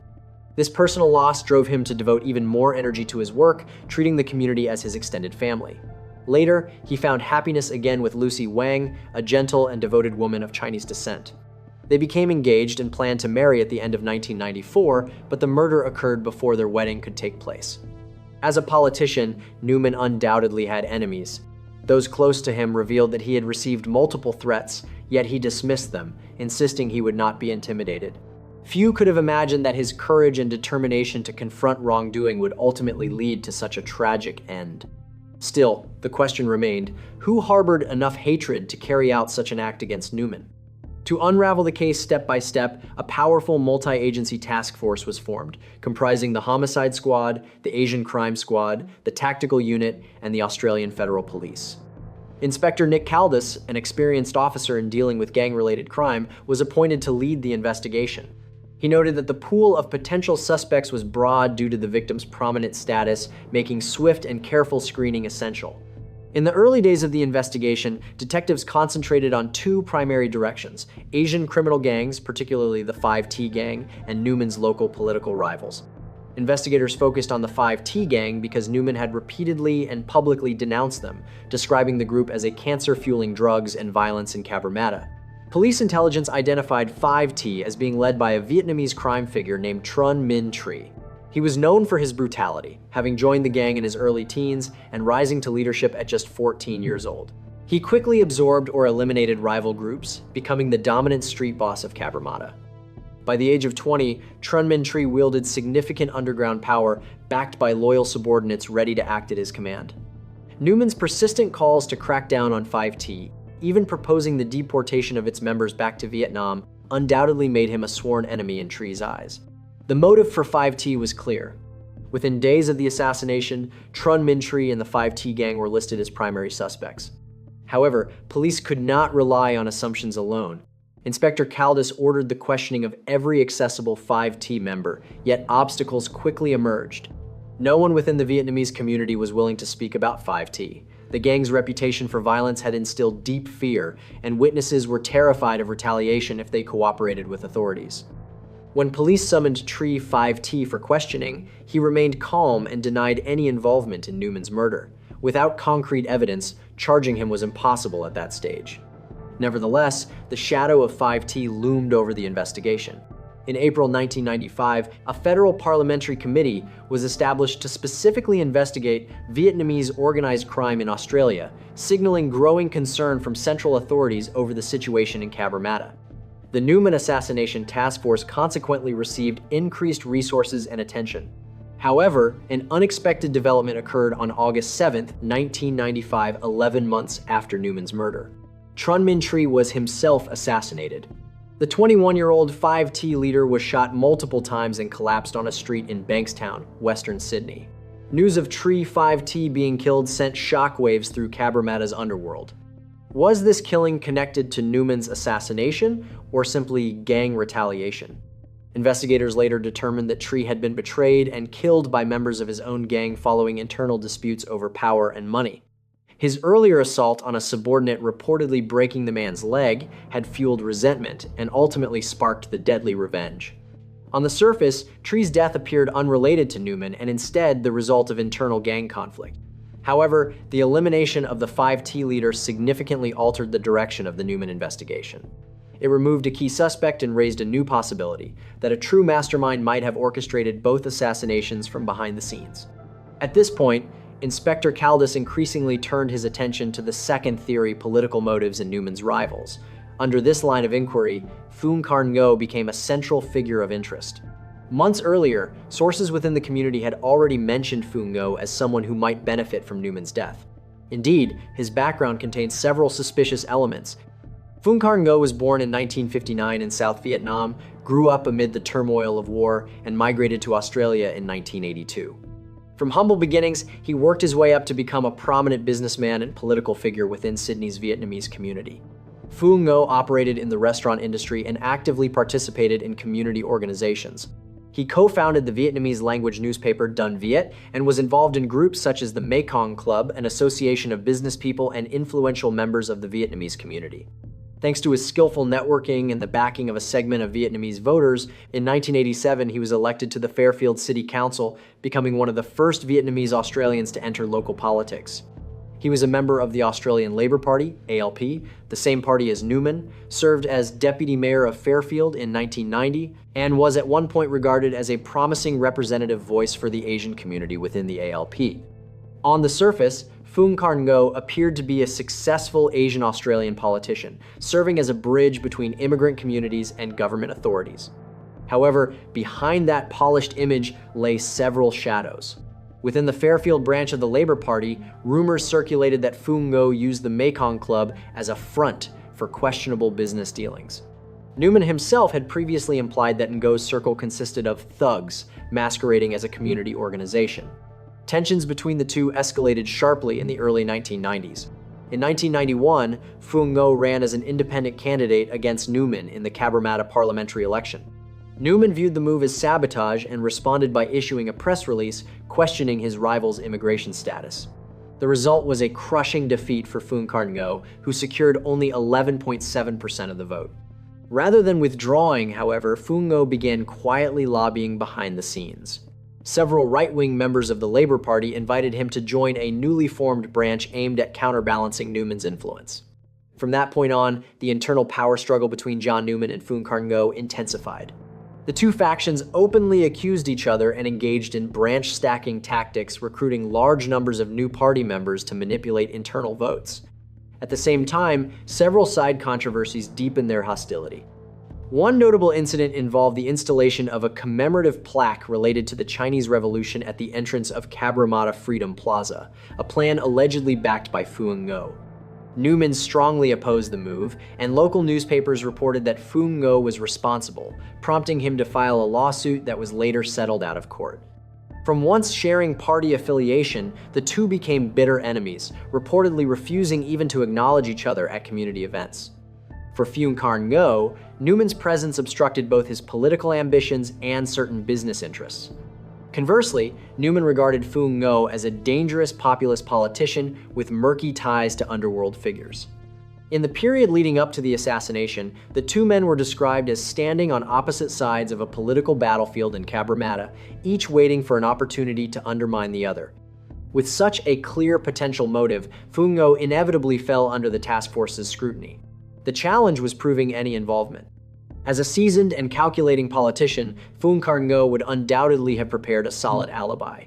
He also publicly displayed grief following Newman's death and even attended the funeral, appearing sorrowful.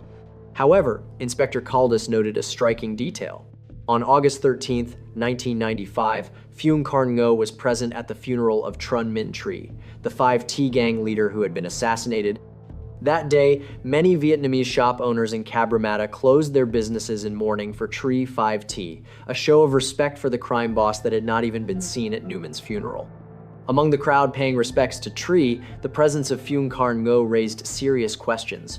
Why would a politician attend the funeral of a known criminal? Could there have been an undisclosed connection between Phu Ngo and the 5T gang? The turning point came when a relative of Trun Minh Tri secretly informed police that Tri had once refused a $10,000 offer from Phu Ngo, the task being nothing less than assassinating John Newman. This explosive revelation immediately elevated Phu Ngo to prime suspect status in the case file. If it were true that Phu Ngo had approached Tri 5T to eliminate Newman but was turned down, it was highly possible that he had sought someone else to carry out the murder. Moreover, with Tri himself being killed shortly afterward, investigators questioned whether Phu Ngo had exploited internal conflict within 5T to silence a potential loose end. Although concrete evidence was still lacking, the convergence of events made it impossible for Inspector Caldas to ignore the theory that Phu Ngo was the hidden mastermind orchestrating Newman's assassination to satisfy his ambitions. From that point onward, the investigation shifted toward gathering evidence against Phu Ngo. Police quietly placed him under covert surveillance, tracing his relationships, particularly his contacts with underworld figures. Gradually, significant leads began to surface. Phu Ngo was found to have close ties with several prominent members of 5T, individuals who frequently visited the Mekong Club to discuss business matters. Authorities even began to suspect that Phu Ngo might have been the true brains behind the 5T gang. By day, he maintained the image of a respectable businessman and politician. By night, he was allegedly meeting in VIP rooms of the club, issuing directives to subordinates involved in drug trafficking, debt collection, and eliminating rivals. If this were accurate, his motive would become even clearer. He would have sought to remove a threat to both his political career and the criminal empire he had painstakingly built. Persisting in secrecy, police started compiling indirect evidence linking Phu Ngo to the crime. They identified two other Vietnamese suspects believed to be his associates, Tu Quang Dao and David Dinh. Intelligence reports indicated that these two men were near the crime scene on the night of the assassination and maintained close connections with Phu Ngo. By 1998, after gathering sufficient preliminary evidence, police moved in. Phu Ngo was arrested and charged as the mastermind behind the murder. Tu Quang Dao was also charged, suspected of driving the getaway vehicle, and David Dinh was accused of being the gunman. News that a former local official had been arrested for orchestrating the assassination of a sitting member of parliament sent shockwaves across Australia. Hundreds of people, including members of the Vietnamese community, signed petitions urging the court to deny Phu Ngo bail, fearing he might use his wealth and influence to interfere with the investigation. It was evident that many in Cabramatta believed Phu Ngo to be the ultimate figure behind the crime, and some continued to live in fear of retaliation should he regain his freedom. Based on the collected leads and witness statements, police were able to reconstruct Phu Ngo's entire criminal plan. In early 1994, Phu Ngo stood at a critical crossroads in his career. He coveted the Cabramatta parliamentary seat, but John Newman remained firmly in place. Every political maneuver to unseat Newman had failed. On the contrary, Newman had intensified his anti-crime stance, directly threatening the underground network Phu Ngo had carefully cultivated with members of the 5T gang. At that point, the idea of eliminating his rival took root in Ngo's mind. The thought gradually solidified into a bold criminal plan. Phu Ngo understood that carrying out the act himself was impossible, so he secretly contacted crime boss Trun Minh Tri and offered $10,000 to take care of Newman. However, Tri 5T refused, leaving Phu Ngo frustrated but undeterred. He then shifted his approach, targeting other 5T members, individuals who were ruthless, motivated by money, and less scrutinized than their leader. Among them were Tu Quang Dao and David Din, two gang members willing to do anything for the right price. In the following weeks, Phuong Ngo quietly drafted what he believed to be the perfect scenario. He monitored Newman's schedule and learned that on Monday, September 5th, 1994, Newman would attend a local party branch meeting in Cabramatta. This presented an opportunity, as Newman typically returned home late after such meetings. The mastermind planned to ambush the victim at night outside his private residence. To create an alibi, Phuong Ngo carefully staged his presence elsewhere. That evening, he deliberately appeared at a crowded public location before returning home prior to 9 in the evening, making sure to be seen and heard by neighbors to establish that he was at home.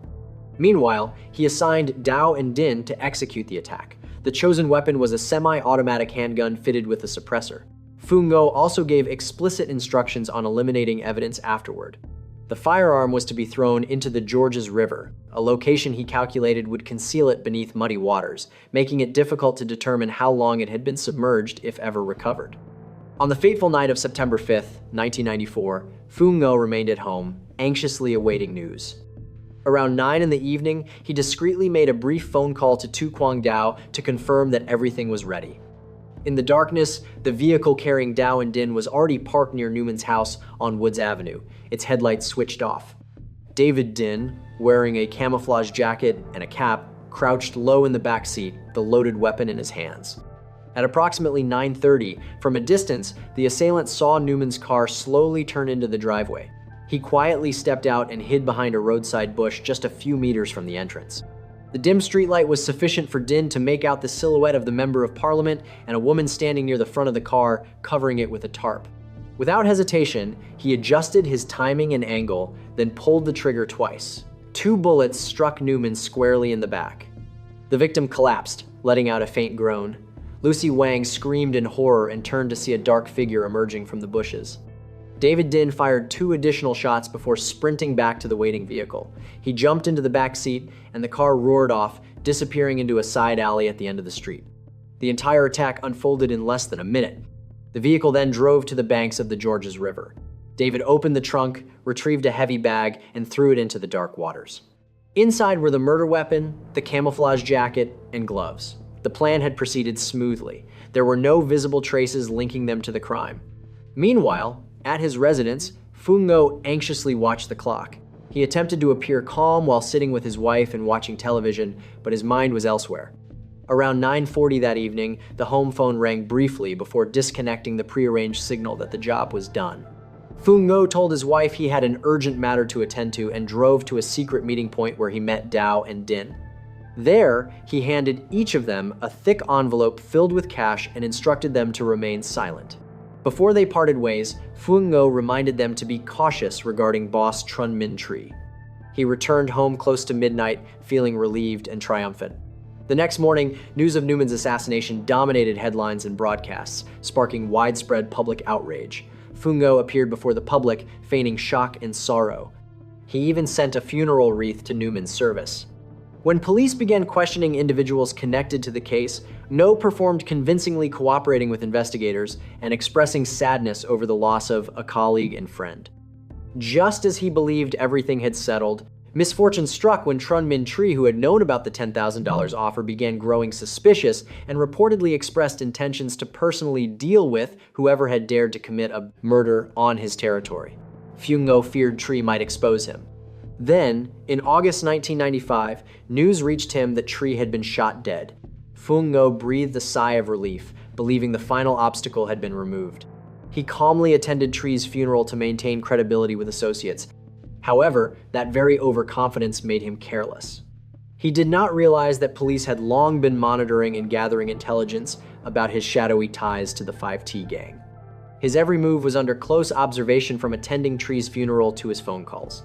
The supposedly perfect plan began to unravel when several subordinates were arrested and became willing to testify in exchange for leniency.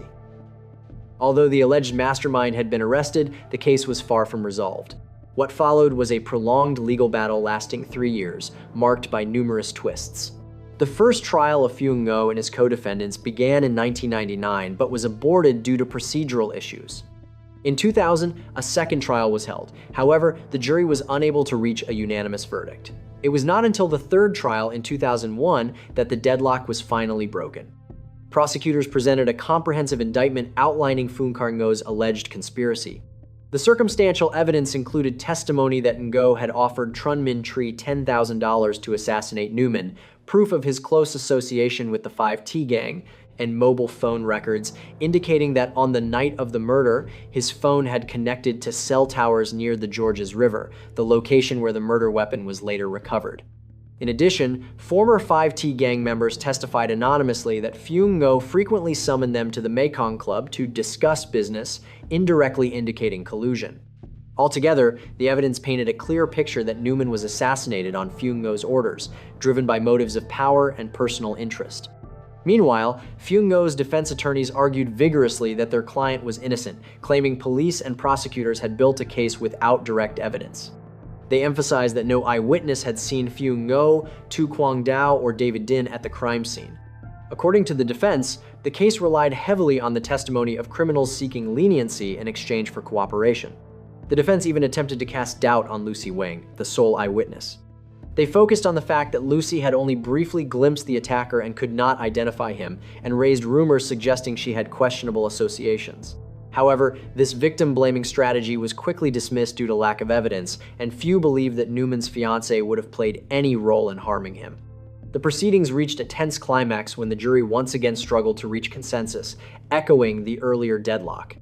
Some jurors were unsettled by the fact that the two alleged direct accomplices had maintained their innocence and were ultimately acquitted. The absence of a convicted gunman left the case seemingly incomplete.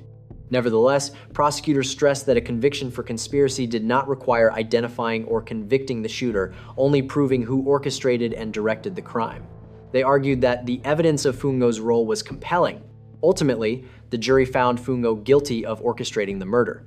The court sentenced Phuong Ngo to life imprisonment without parole, effectively condemning him to spend the rest of his life behind bars. Even after the criminal verdict, Phuong Ngo refused to end his legal battle. He appealed to the New South Wales Court of Criminal Appeal, but his appeal was dismissed in 2003. He then sought leave to appeal to the High Court of Australia, which declined to hear the case in 2004, finding no basis to overturn the conviction. Undeterred, in 2008, Phuong Ngo lobbied for a special judicial inquiry to re-examine the evidence in hopes of clearing his name.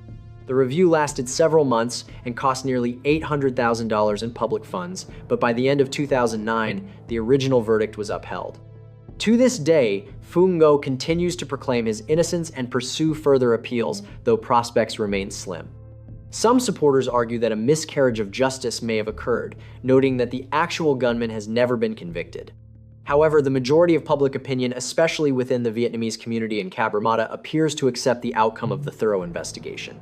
The severe sentence imposed on Phuong Ngo stands as a declaration that justice, though sometimes delayed, will not overlook wrongdoing. On the evening of October 27, 2017, Surrey police received an emergency call reporting a shooting on Alpin Place. The caller, Camilo Alonso, stated that he and two friends had been suddenly attacked by a group of unknown individuals. Alonso managed to hide in a bush in time while his two friends were seriously injured. Just minutes later, patrol cars from the Surrey RCMP and ambulances rushed to Alpin Place, their sirens echoing throughout the neighborhood. At the scene, paramedics confirmed that one of Alonso's friends, 27-year-old Randy Kang, had died on the spot after being struck by multiple fatal gunshots. The other, Gary Kang, was injured but still conscious and was immediately transported to the hospital. In a state of panic, Gary could not recall many details. Trembling, he recounted how the group had been walking along a path when they were suddenly ambushed. He could not identify the shooter or see their face, only that two shadowy figures appeared out of nowhere, opened fire, and quickly disappeared. Alonso, who managed to hide in time, was unharmed, but his two friends were not as fortunate. Police sealed off the Alpin Place area throughout the night to collect evidence. The scene was chaotic and soaked in blood. The victim's body lay sprawled across the sidewalk, covered in numerous wounds. A later autopsy revealed that Randy had been shot 13 times, resulting in approximately 40 injuries across his body. This horrifying number clearly demonstrated the brutality of the attack. Around the crime scene, investigators recovered dozens of shell casings scattered across the ground. Many bullets were still lodged in nearby fences and trees, and all of them were collected for forensic examination. With their trained eyes, police quickly determined that this was not a robbery or an ordinary spontaneous conflict, but a premeditated execution. The fact that the victim was shot multiple times and that there were no signs of a struggle at the scene indicated that the killers had come only to carry out the hit and then retreat quickly. In addition, once the victim's identity was confirmed, it further strengthened the theory that this was a gang-related murder carried out as a settling of scores. Randy Kang, age 27, was the son of a prominent Indo-Canadian family in the city of Surrey. The Kang family had many brothers, and they formed a crime family that worked closely with the Red Scorpions in drug trafficking and in controlling territory across the Vancouver area. From his teenage years, Randy Kang had already become well known in the underworld for his recklessness and wide network of connections. He was seen as a little kingpin within the Kang Red Scorpions alliance and became a thorn in the side of the rival gang Brothers Keepers. Local police classified him as a gang-affiliated individual and had included Randy's name in their files multiple times while investigating clashes between gangs. Randy's younger brother, Gary Kang, was also deeply involved in his illegal operations. Besides Gary, Randy also had loyal associates such as Camilo Alonso, who was always by his side to assist him. After many years of living off illicit money, Randy had no intention of going straight. He accepted the dangers of life in the underworld. Although he had narrowly escaped death several times, Randy still believed he survived because he was smarter than his enemies. This time, however, Randy may simply have run out of luck. However, at the initial stage, direct clues about the killers remained extremely vague. Neither the victim nor the surviving witness could identify the attackers. All police knew was that two armed suspects had ambushed them. Even so, with extensive experience in the escalating gang wars, investigators quickly realized that the assassination of Randy Kang was almost certainly connected to the conflict between Brothers Keepers and the Red Scorpions faction. That very night, police contacted anti-gang task forces to coordinate a wide-ranging investigation. An emergency meeting was held, during which Randy Kang's file and the Kang crime family's background were reviewed, along with his list of enemies and previous conflicts with Brothers Keepers. Despite numerous challenges, investigators remained persistent in examining every small detail. They compared bullets, checked registered firearms in the area, and reviewed traffic camera footage, all in an effort to trace the professional killer. However, as time passed, the Randy Kang case gradually reached a dead end. The physical evidence collected at the scene remained too vague to support any definitive conclusions. Then, another murder more than a year later completely changed the course of the investigation. On November 12, 2018, in the nearby city of Abbotsford, a 19-year-old student named Jagveer Singh Malhi was attacked on his way to school. What puzzled investigators was that Jagveer had no criminal record or gang affiliation, yet he was ambushed and shot multiple times after his vehicle had a minor collision with another car on the road. At first glance, the Malhi case appeared unrelated to the assassination of Randy Kang and his associates.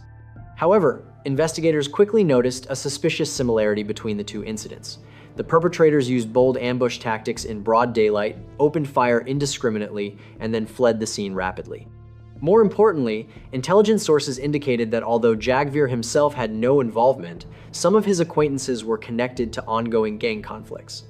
Specifically, Jagveer's older brother was suspected of being part of a rival group opposing Brothers Keepers. As a result, police suspected that Jagveer may have been mistakenly targeted by the same group of killers responsible for Randy Kang's murder. Police decided to merge the two cases into a major investigation, focusing on a series of gang-related killings across the Lower Mainland. They hypothesized that a group of hitmen affiliated with Brothers Keepers was carrying out contracts to eliminate targets linked to the Red Scorpions faction. The investigation was expanded to Edmonton, a city in the province of Alberta, after evidence suggested that several members of Brothers Keepers had fled there following the Randy Kang incident. In fact, information from Edmonton police indicated that several gunmen from Vancouver had appeared in their jurisdiction in late 2017 and early 2018. A major breakthrough came in October 2019, when an underworld figure decided to cooperate with police. This individual, known as Agent AB, had been a close associate of Tyrell Nguyen since their teenage years. After years of involvement in drug trafficking, AB wanted to leave the criminal world and secretly contacted police to offer cooperation. At this point, various leads, from intelligence reports to investigative deductions, all pointed to Tyrell Here Win Quennell, a young gunman from Brothers Keepers, as the primary suspect in both killings. As a result, police decided to use AB as an insider to set a trap for Tyrell. AB was arranged to meet Tyrell at an apartment in Edmonton, which police had placed under covert surveillance.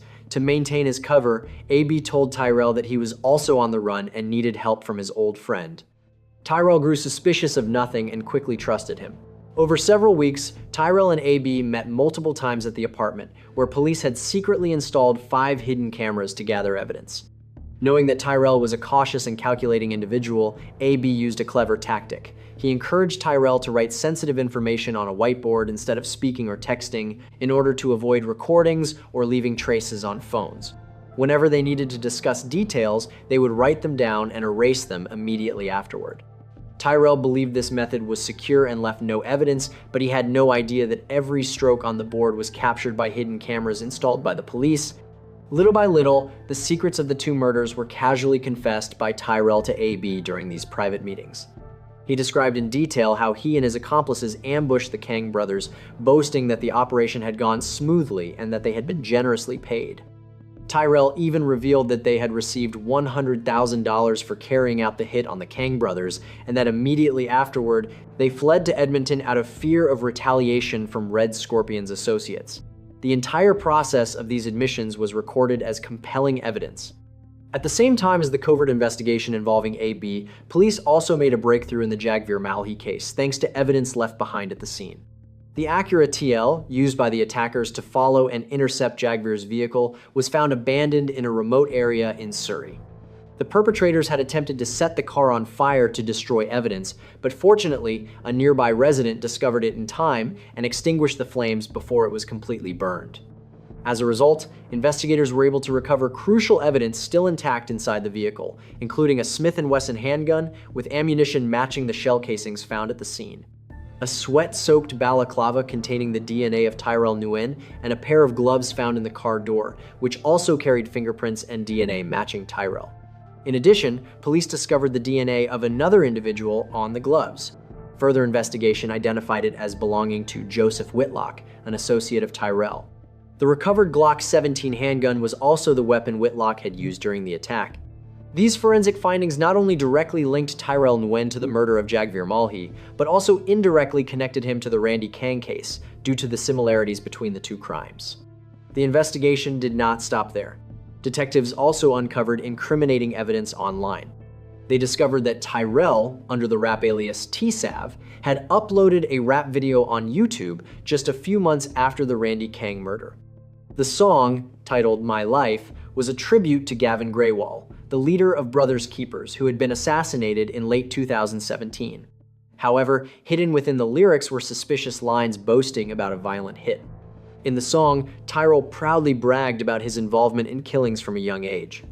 Investigators believed that the rap was not merely exaggerated talk, but actually contained troubling details that aligned with the case. This would become an important piece of evidence in building the case against Tyrell Nguyen. After nearly 2 years of persistence, the investigation finally gathered enough evidence to take action. On December 20th, 2019, authorities carried out a sudden raid and arrested Tyrell Here Nguyen at a hideout in Edmonton. When apprehended, Tyrell appeared stunned. Perhaps he never imagined that police had traced him down. At the same time, Tyrell's accomplices, including Joseph Whitlock and several other related suspects, were also arrested at different locations. The journey to uncover the truth behind the killer, which had lasted more than 2 years and required immense effort, ultimately ended with the cold click of handcuffs locking around the murderer's wrists. So who was this Vietnamese origin hitman? Let's take a look at Tyrell's background to understand what led him down the path of crime. Tyrell Here George Win Quennell, commonly known as Tyrell Win, was just in his early 20s. He came from a multicultural background. His father was a European Canadian, his mother was Vietnamese, and Tyrell himself was born and raised in Surrey, British Columbia. His childhood was marked by family instability and early exposure to the darker side of society. As a result, while still in high school, Tyrell ran away from home and fell in with the wrong crowd, starting with small-scale drug dealing to make money. He befriended a group of Indo-Canadian youths in the area, individuals who would later form the Brothers Keepers gang. Tyrell was quickly drawn to the flashy lifestyle of money, cars, and violent power. By 2016, when Brothers Keepers was established, Tyrell, then around 18 years old, had become one of the youngest members of this notorious gang. Regarding his criminal record, prior to 2019, Tyrell had almost no serious convictions. He operated discreetly, focusing on drug transactions and carrying out assigned contracts rather than causing random trouble. Because he did not openly display his presence on the streets, Tyrell managed to avoid being placed on police watch lists like many of his senior associates. However, within Brothers Keepers, Tyrell stood out significantly. According to AB, Tyrell once boasted that members of the gang had hired him to take care of the Kang brothers for a six-figure sum. He viewed carrying out hits as a lucrative profession and a way to prove his loyalty to the organization. In addition, Tyrell Nguyen was also known within Brothers Keepers for another unusual talent, rap. Using the stage name T-Sav, he drew directly from his criminal experiences to create street rap music. For Tyrell, rap was not just a hobby, but also a way to build his reputation in the underworld. He recorded tracks filled with arrogant themes of violence and drug culture, subtly challenging rivals and demonstrating absolute loyalty to his superiors. These aggressive lyrics further cemented his reputation among Brothers Keepers associates as a cold-blooded subordinate. In reality, there was no deep personal feud between Tyrell and the victim, Randy Kang. The two may not have even met before the incident. Tyrell's primary motive was simply to carry out a contract for his gang. Specifically, from early autumn of 2017, Brothers Keepers had planned to retaliate against the Red Scorpions faction by targeting and eliminating Randy and Gary Kang. This mission was assigned to Tyrell Nguyen and Rohit Kumar, who spent weeks monitoring the Kang family's movements and setting up a trap under the guise of a business negotiation. Despite being cautious, Randy and Gary agreed to meet, unwilling to miss a potential opportunity to negotiate. The chosen location was a quiet, dead-end path on Alpine Place, an ideal spot for an ambush. On the evening of October 27, 2017, when Randy, Gary, and their friend Alonzo arrived, Tyrell and Kumar were already waiting in the shadows with loaded handguns, gloves, and a getaway vehicle nearby. The moment they came face to face, the attackers opened fire relentlessly, killing Randy on the spot. After completing their objective, Tyrell and his accomplice quickly fled the scene by car.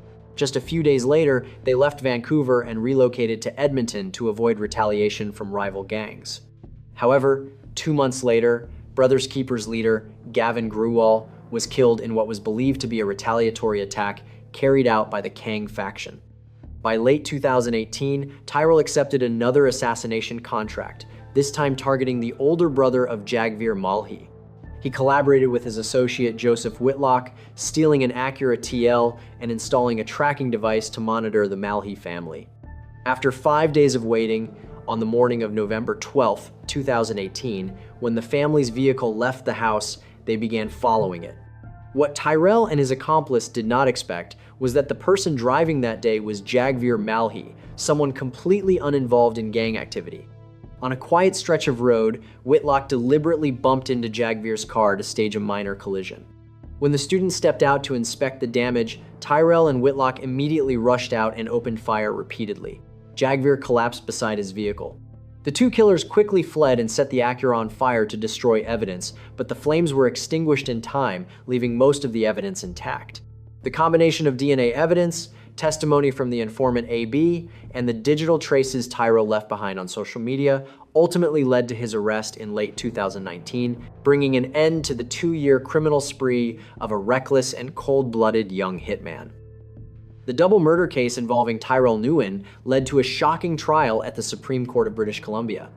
Due to its complexity and the high level of danger stemming from large-scale gang involvement, the trial lasted for 10 months, beginning in early 2023 and concluding with a final verdict in late November of the same year.